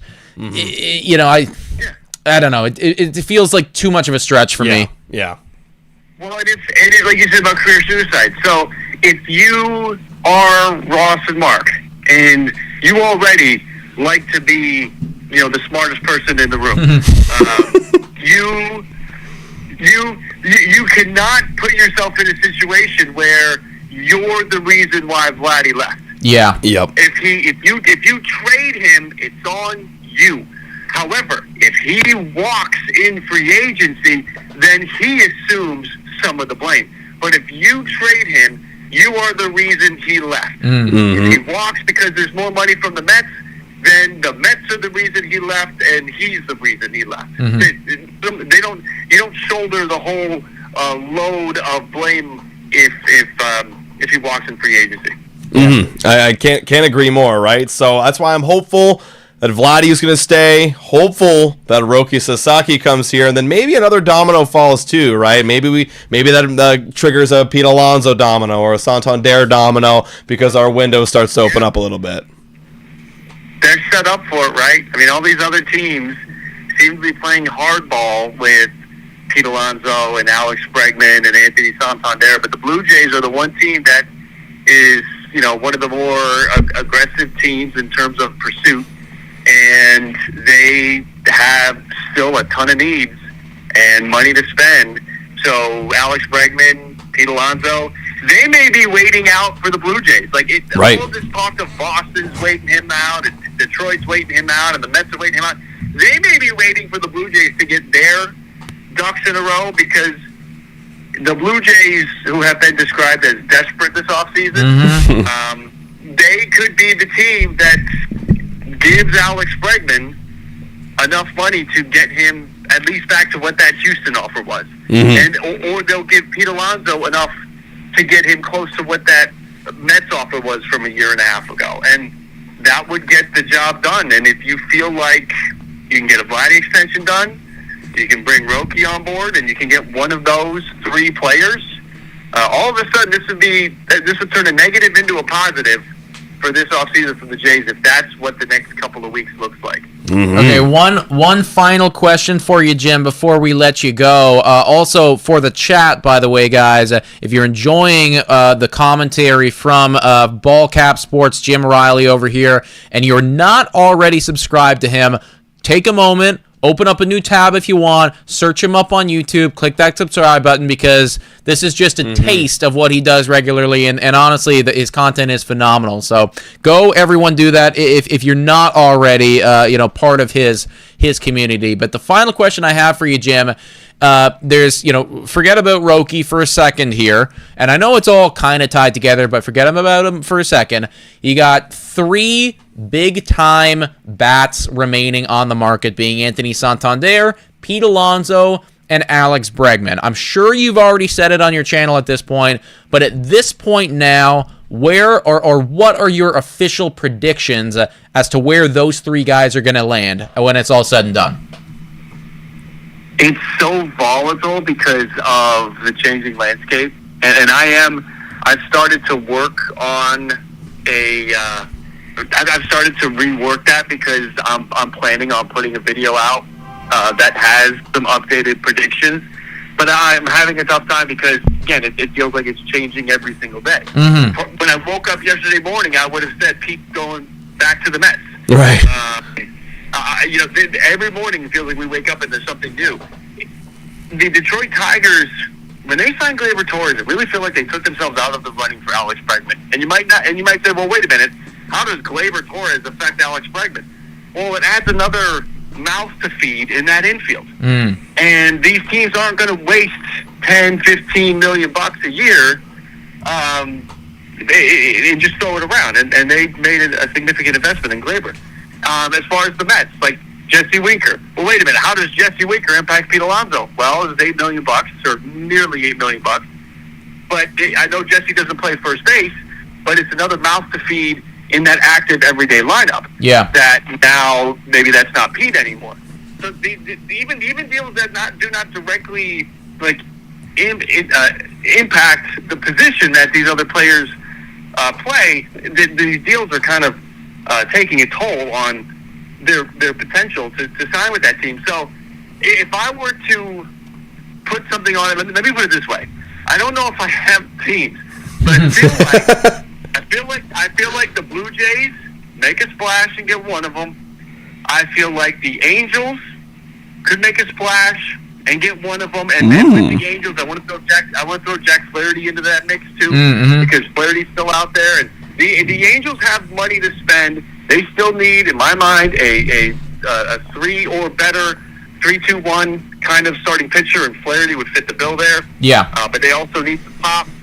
So I'm going to say the Angels could surprise. I'm going to say the Blue Jays could surprise.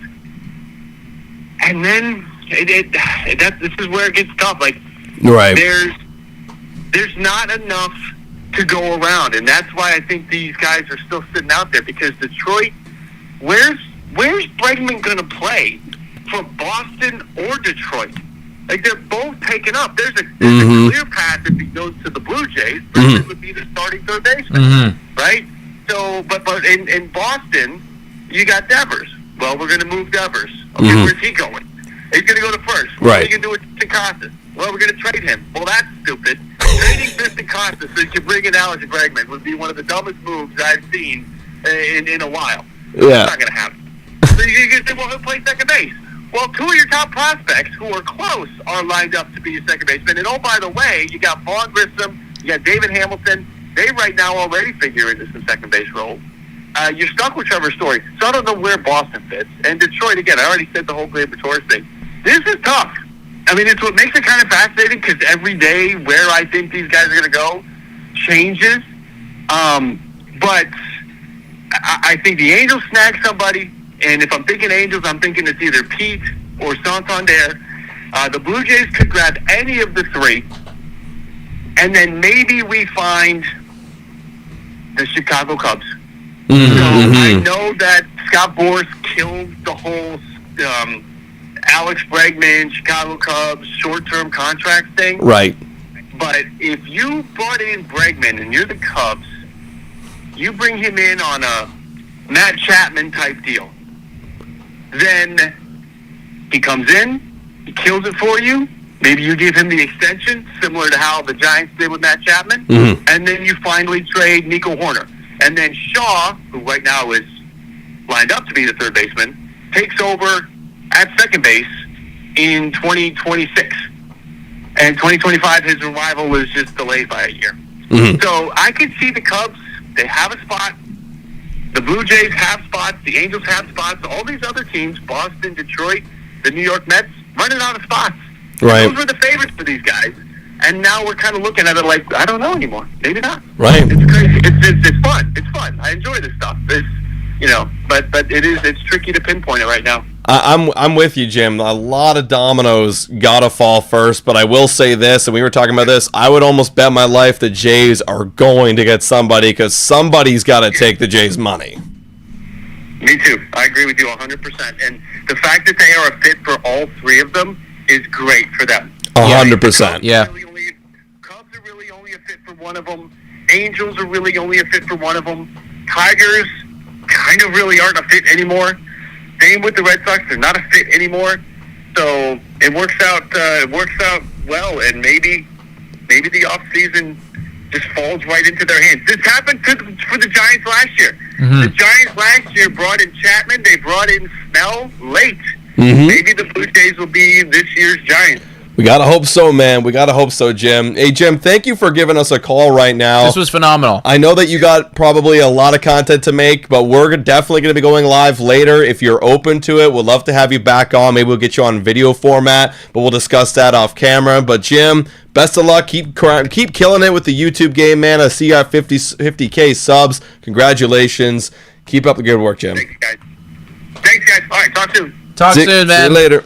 That was Jamie Bellcap, Sports Guys. Honestly, I always appreciate his commentary, and like he does truly do. Like I don't, Yes. I'm gassing him up, but he does really do a great job over there. I'm sure many of you are already subscribed or familiar with his content, but if you're like, who the hell's this guy? Why is he talking to me for so long? And why does he know what the hell he's talking about? Why does he know so much good information? You should go check him out, because like if you're looking for general baseball stuff and baseball transactions and everything like that, seriously, the guy knows his stuff. So highly recommend. W call. Maybe we'll try to get more people like that in. You get him, Robbie High, some other Blue Jays people too. Like I always really enjoyed, especially on these longer streams, like to do stuff like that. It really does feel good. So thank you so much, Jim. That was great. Because eventually, we get to a point where it's like we kind of exhausted the conversation, but I'd like to hear what other people think. Also, shout out to Jordan Keats right here, who had a dono during the whole conversation, saying Sasaki, Gosman, Barrios, Bassett, Francis, Alex/Yari. Yeah, that would be an elite rotation. Thank you there for the dono, Jordan Keats. Saul also saying Lev Sources tweeted a trade last night at 11 p.m.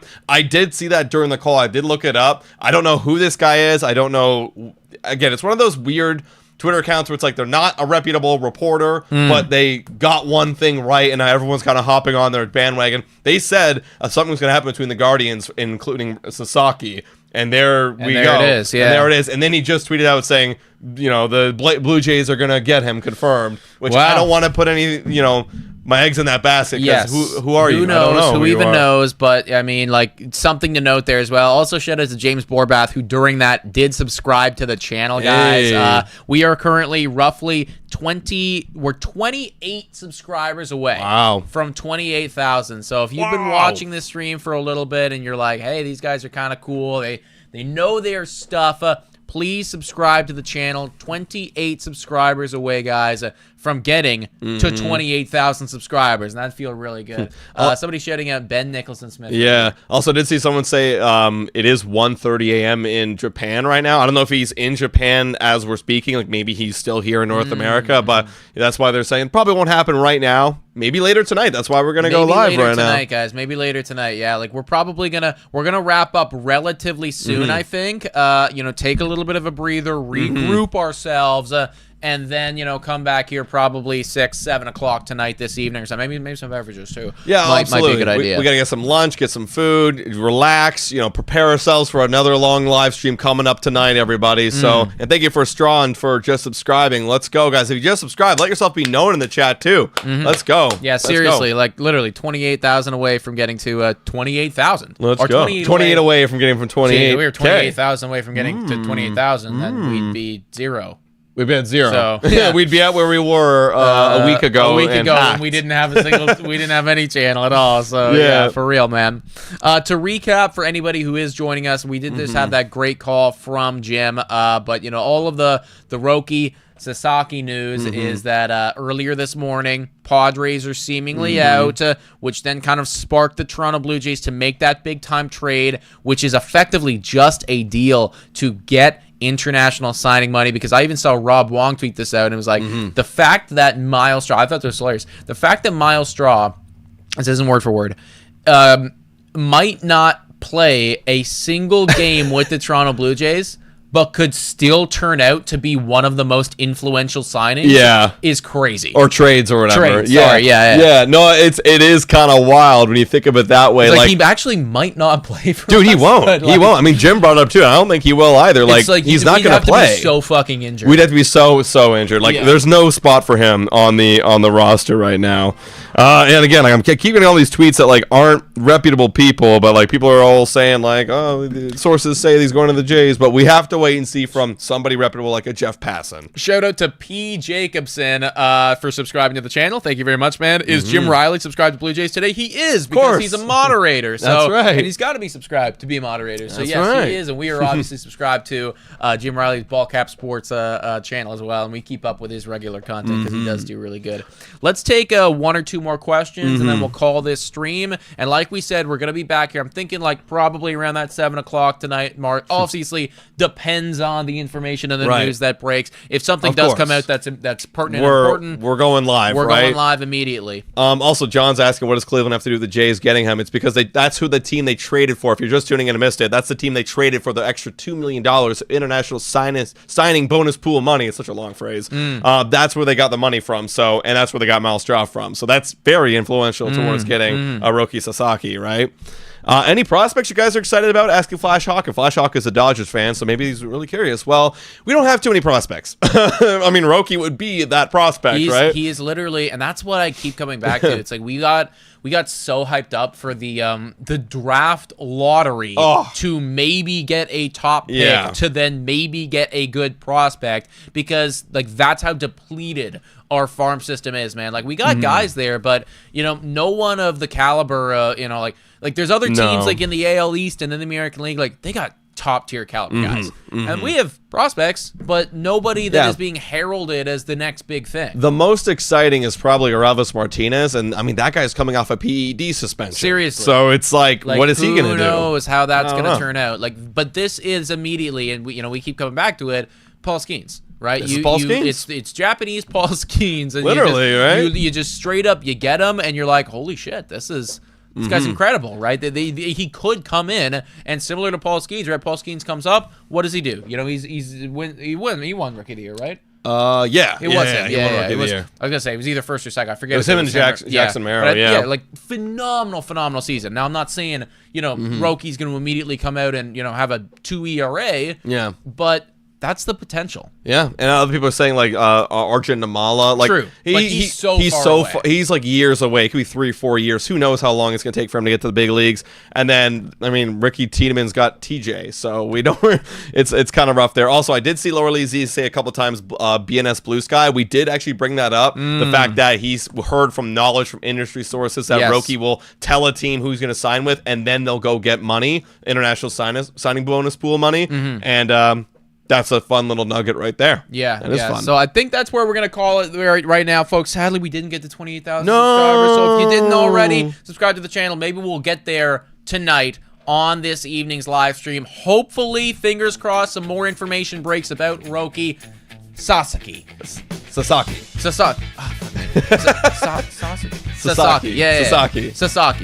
There you go. Yeah, okay, you got me on that one, Peyton. I was right for most. I'd say like 75% of the time. Yeah. Guys, thank you so much for watching, guys. Honestly, hit that like button, subscribe before you leave the stream. We're going to be live later, but again, if anything breaks, you'll hear it on our Twitter, so go follow us on Twitter. That link is in the details section, or Instagram as well. We'll let you guys know we're going live, but we'll be somewhere in the evening. We hope to see all of you guys back here later. Yeah, should be a good one, everybody. I do think this is coming soon. So thank you so much for watching, everybody. And as always, go Jays, go!